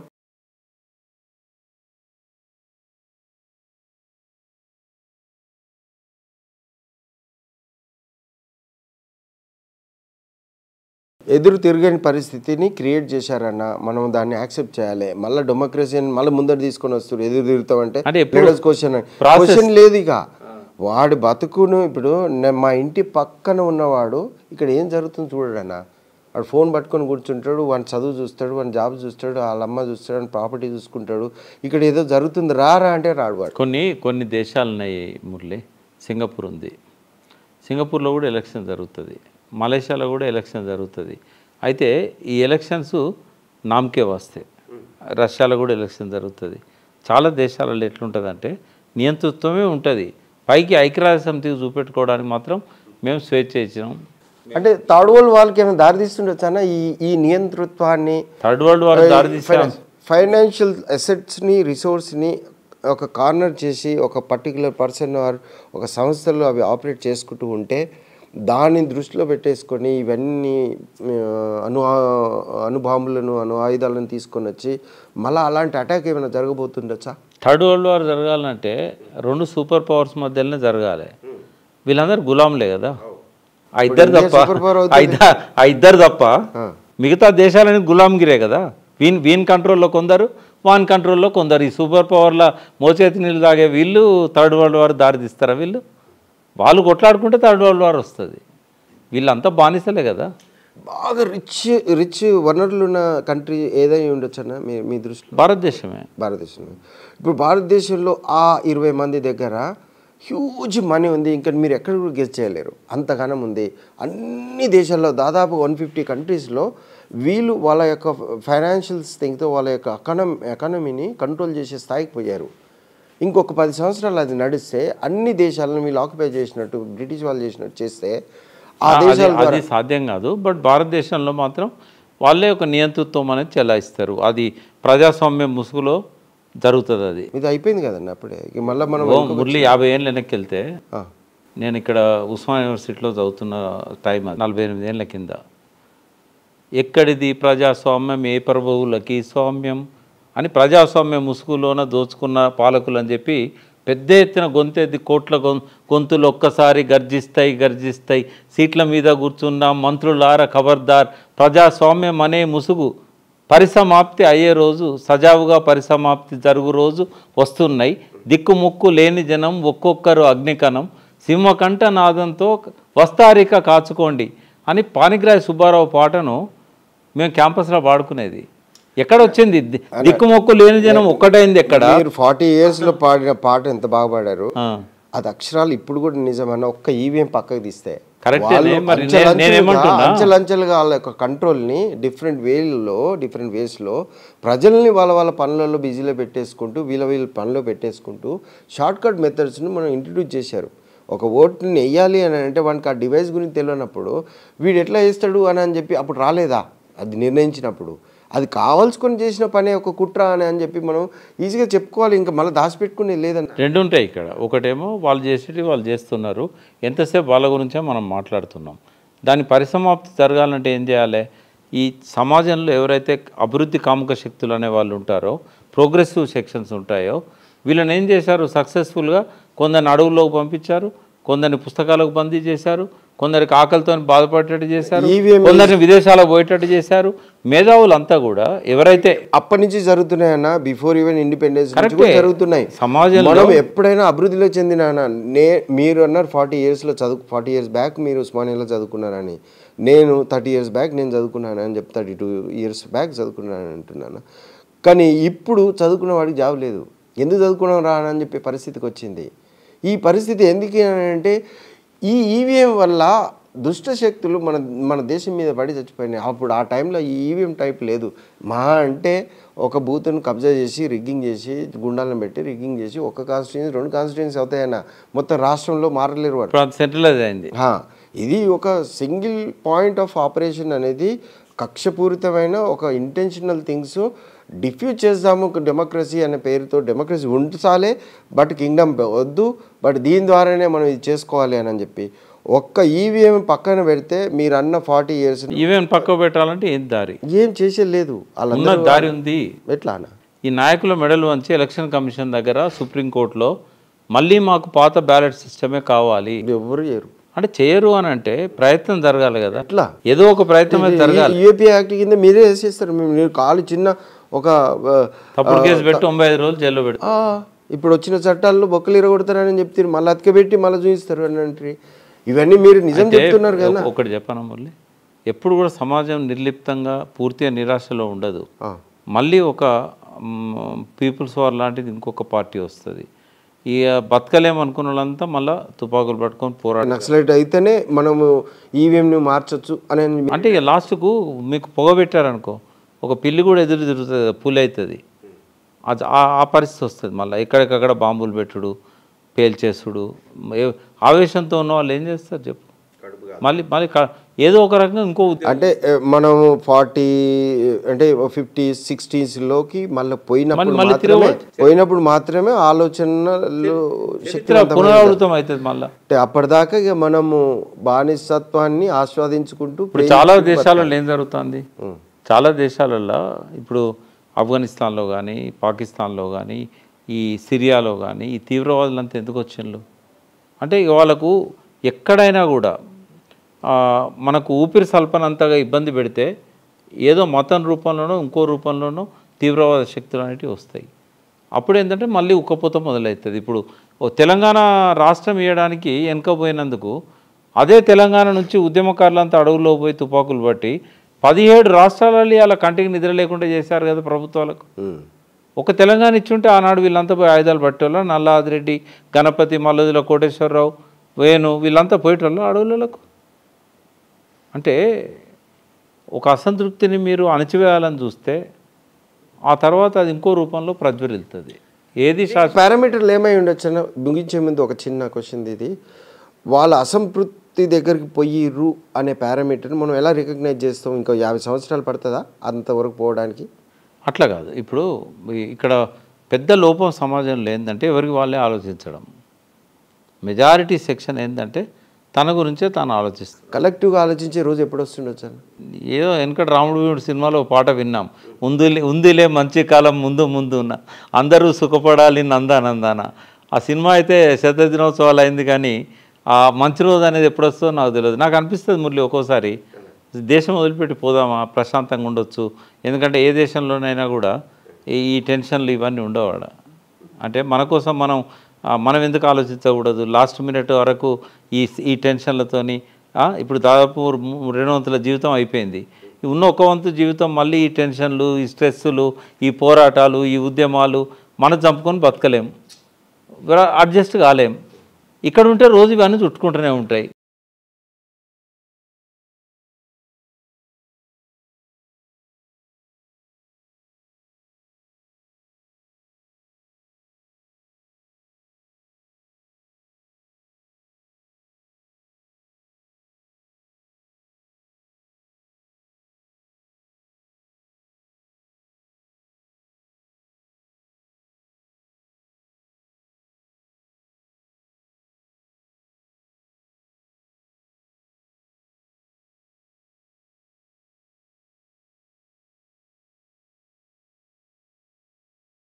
అండ్ ఎందుకు వచ్చింది ఆ ఆలోచన అట్లా ఇలా వైపు ఇంత ముందుకు ఇలా కింగ్డమ్లో ఉన్నది రాజరికం నుంచే వచ్చింది. ఈ రాజరికాన్ని కొనసాగింపుగానే వస్తుంది. అంటే రాజరికాన్ని ఎవరో అంటే బ్రిటిష్ వాళ్ళు బయట మతాన్ని అడ్డం పెట్టుకొని చేస్తుండ్రు. వాళ్ళేమో కుటుంబాన్ని అడ్డం పెట్టుకొని చేశారు, వంశాన్ని అడ్డం పెట్టుకొని చేశారు. వీళ్ళు మతాన్ని అడ్డం పెట్టుకొని చేస్తున్నారు. మతం వల్ల ఇంత కామన్ సిటిజన్ ఇలా ఇన్ఫ్లుయెన్స్ అవ్వటం అనేది అసలు ఒక చిత్రం అనిపించలేదు. ఇన్ఫ్లుయెన్స్ ఎక్కడైతే ఉన్నారు, రుద్దుతున్నారు. ఇన్ఫ్లుయెన్స్ అవ్వడం కాదు కదా, ఇది రెండు ఉంటాయి. మనం ఇన్ఫ్లుయెన్స్ అయిపోవడం వేరు, మన మీద రుద్దడం వేరు కదా. ఇప్పుడు మనం ఇన్ఫ్లుయెన్స్ అయిపోతున్నాం అన్న. ఇన్ఫ్లుయెన్స్ అయ్యే వాళ్ళు తక్కువ మంది ఉన్నారు, రుద్దడం ఎక్కువ అవుతుంది. మా కాలనీలో నేను ఒక దగ్గర జై శ్రీరామ్ అని అంటే దాదాపు 90% జై శ్రీరామ్ అంటారు. కానీ అయోధ్యలోనే బీజేపీని ఓడించారు. ఇక్కడ ఫోర్స్ ఏం చేయలేదు. అంటే జై శ్రీరామ్ అన్న వాళ్ళందరూ ఓట్లు వేసారా? వేయలే కదా. నేను అదేంటే మతం గురించి అంటాను. మతం అయితే పట్టుకున్నారు బాగా, అంటే ఫోర్స్ చేయట్లేదు వాళ్ళలో ఉన్న అసలు మత విశ్వాసాలను, మత నమ్మకాలను వదిలేసిండ్రు. ఈ పార్టీ కోసం మతాన్ని వాడుకుంటున్నారు. ఎట్లయితే రాజకీయాలు కులాలను ఎట్లయితే ఎన్నికల కోసం వాడుకుంటున్నాయో ఆ కుల వృత్తులు ఎన్నడో పోయినాయి. కులం ఎందుకు మిగిలిందంటే ఓట్ల కోసం మిగిలింది కులం. ఇక్కడ కూడా అంతే, మతంలో ఉన్న మంచి ఎన్నడో మంట కలిసింది. ఇప్పుడు ఒకటి మురళి, భారతీయ సంస్కృతిలో స్త్రీ స్థానం ఏంది? ప్రపంచంలో స్త్రీని గౌరవించే మొదటి దేశం భారతదేశం. మాతృస్వామిక వ్యవస్థ నుంచి వచ్చినాం మనం, తల్లినే ఆరాధించినాం. అందుకే మనకు దేవుళ్ళన్నీ కూడా తల్లుల రూపంలోనే ఉంటాయి. మనం ఏ ఊరిలో మన దేవుళ్ళు రాముడు, కృష్ణుడు ఇవన్నీ కాదు. బద్దిపోషమ్మ, మైసమ్మ, ఉప్పలమ్మ, పోచమ్మ, ఇవే కదా మన దేవతలు. ఎల్లమ్మ. తల్లుల గురించి మాట్లాడితే అది ఆర్య సంస్కృతి కాదన్న. కాదు. అయితే నేను అనేది ఏంటంటే మన సంస్కృతి ఏంది? ద్రావిడ అంటే నేను అనేది ఒక్కటే. ఇక్కడ ఏ సంస్కృతిలోనైనా స్త్రీని గౌరవించిన దేశం భారత. ఆర్య సంస్కృతిలో గౌరవించాలి కాదు, మన సంస్కృతి భారతదేశంలో ఉన్న అనాదిగా ఉన్న సంస్కృతి. ఈ సంస్కృతిలో స్త్రీని గౌరవించిన దేశం ఇది. మరి స్త్రీని నువ్వు పోర్నోగ్రఫీని ఇంత బహిరంగంగా చిన్న చిన్న పిల్లల సెల్ ఫోన్లలో కూడా పోర్నోగ్రఫీ పెట్టినాక ఈ 10 ఏళ్లలో నీకు ఒక్క బటన్ నొక్కడం సాధ్యం కాలేదు నరేంద్ర మోడీ? నీకు స్త్రీని గౌరవించే చిత్తశుద్ధి ఉన్నదా? తల్లిని వదిలిపెట్టినావు, భార్యను వదిలిపెడితివి. స్త్రీ పట్ల నీకు గౌరవం ఉంటే నువ్వు ఎందుకు ఆపలేకపోయినావు అంటున్నాను నేను. పక్కనున్న పాకిస్తాన్ ఆపింది. సెక్స్ రాజధాని అయిన థాయిలాండ్లో కూడా పోర్నోగ్రఫీ లేదు, దుబాయ్లో లేదు, నీ చుట్టుపక్కల ఏ దేశంలో లేదు. నువ్వు స్త్రీని ఆరాధించే దేశంలో పోర్నోగ్రఫీని ఎట్లా అనుమతిస్తున్నావు? నువ్వు స్త్రీల మీద 2 ఏళ్ళ ఇవాళ హైదరాబాద్లో 2 ఏళ్ళ 3 ఏళ్ళ పాప మీద అత్యాచారం జరిగిందని ఇలా పొద్దున పేపర్లో వార్త. దీని బాధ్యత 10 ఏళ్ళుగా పరిపాలన చేసిన ప్రధానమంత్రి మీద ఉన్నదా లేదా? దానికి కారణం ఏంది? దిశ అంతకులను తీసుకుపోయి ఎన్కౌంటర్ చేసిరి. వాళ్ళు చెప్పిండ్రు కదా, స్టేట్మెంటే ఇచ్చిండ్రు. మేము ఈ ఊకే ఖాళీగా ఉన్నప్పుడల్లా ఈ వీడియోలన్నీ చూసి మేము ఇట్లా తయారైనామని చెప్పి ఆ చంపబడే ముందు వాళ్ళు చెప్పిండ్రు కదా, రికార్డుల పేపర్లు వచ్చినాయి కదా. మరి పోర్నోగ్రఫీని ఎందుకు ఆపరు? ఏ ప్రభుత్వాలు ఆపుతున్నాయి? స్త్రీని గౌరవించే వాళ్ళ వీళ్ళంతా వాళ్ళే ప్రమోట్ చేస్తున్నారు. అవి వాళ్ళు ఎంగేజ్ చేయాలి. ఫోన్లే బాగా ఇంట్రెస్టింగ్ ఏంటి అని దాన్ని బట్టి పెద్ద ఎత్తున విప్లవం రావాలి. విప్లవం అంటామా, ఉద్యమం అంటామా, తిరుగుబాటు అంటామా? విప్లవం రాదని మీరే చెప్పారు. నేను ఏమంటున్నా, అయితేనేమో మనలాంటి వాళ్ళని దానికోసం ప్రయత్నం చేయాలి. లేకుంటే పేపర్ చదవకుండా, టీవీ చూడకుండా మనం కూడా ఏదన్నా ఒక లోకంలో పడి పోవాలి. ఏ దేశం కన్నా పోవాలి. ఓన్లీ ఉపాధి కోసమే కూలినాలు చేయడానికి వేరే దేశాలకు పోరు. మనశ్శాంతి కోసం హిమాలయాలకు పోయినట్టు మనం కూడా పోయి ఏదో దేశంలో ప్రశాంతంగా ఉన్న దేశంలో అంటే ఇప్పుడు 30% పావర్టీ బిలో పావర్టీ లైన్ ఉందన్న. మీ గెసింగ్ ప్రకారం ఇప్పుడు 50 దాకా పోయిందని అనుకుంటా. అయితే ఇంకొక 70% దాకా రీచ్ అయినప్పుడు ఆ లోపల వాళ్ళకు సోయి వచ్చేస్తుంది అంటారా? రాదు. అప్పుడు కూడా రాదు 90% వరకు. చైతన్యం అనేది ఆర్థికతో ముడిపడి ఉండదు. వితౌట్ పావర్టీ అంటే ఫుడ్ బతకడానికి చచ్చిపోతారు. ఆకలి చావులు రాలేదా ఈ ప్రాంతంలో? ఆకలి చావులు వచ్చినాయి. ఆ టైంలోనే వాళ్ళు సమిష్టిగా కూర్చొని నీకు రైతులంతా 35,000 మంది రైతులు ఆత్మహత్యలు చేసుకున్న ప్రాంతంలో నుంచి మనం మాట్లాడుతున్నాం.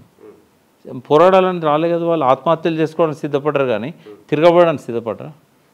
లేదు. అదే టైంలో మనకు టీఆర్ఎస్ తెలంగాణ యుద్ధం తీసుకొని వచ్చేసి వచ్చినాక కూడా వాళ్ళందరికీ ఇది చెప్పారు. ఇప్పుడు వచ్చినాక కూడా 2014 దాకా ఆత్మహత్యలు జరిగినాయి. 14 లైన్ వచ్చినాక కూడా 18 దాకా జరిగినాయి. కాళేశ్వరం నీళ్ళు వచ్చినాక అమిత్ షా గారు ఒక మాట అన్నాడు, 50 సంవత్సరాల వరకు మేమే ఉంటాము పాలిస్తాము అని చెప్పి.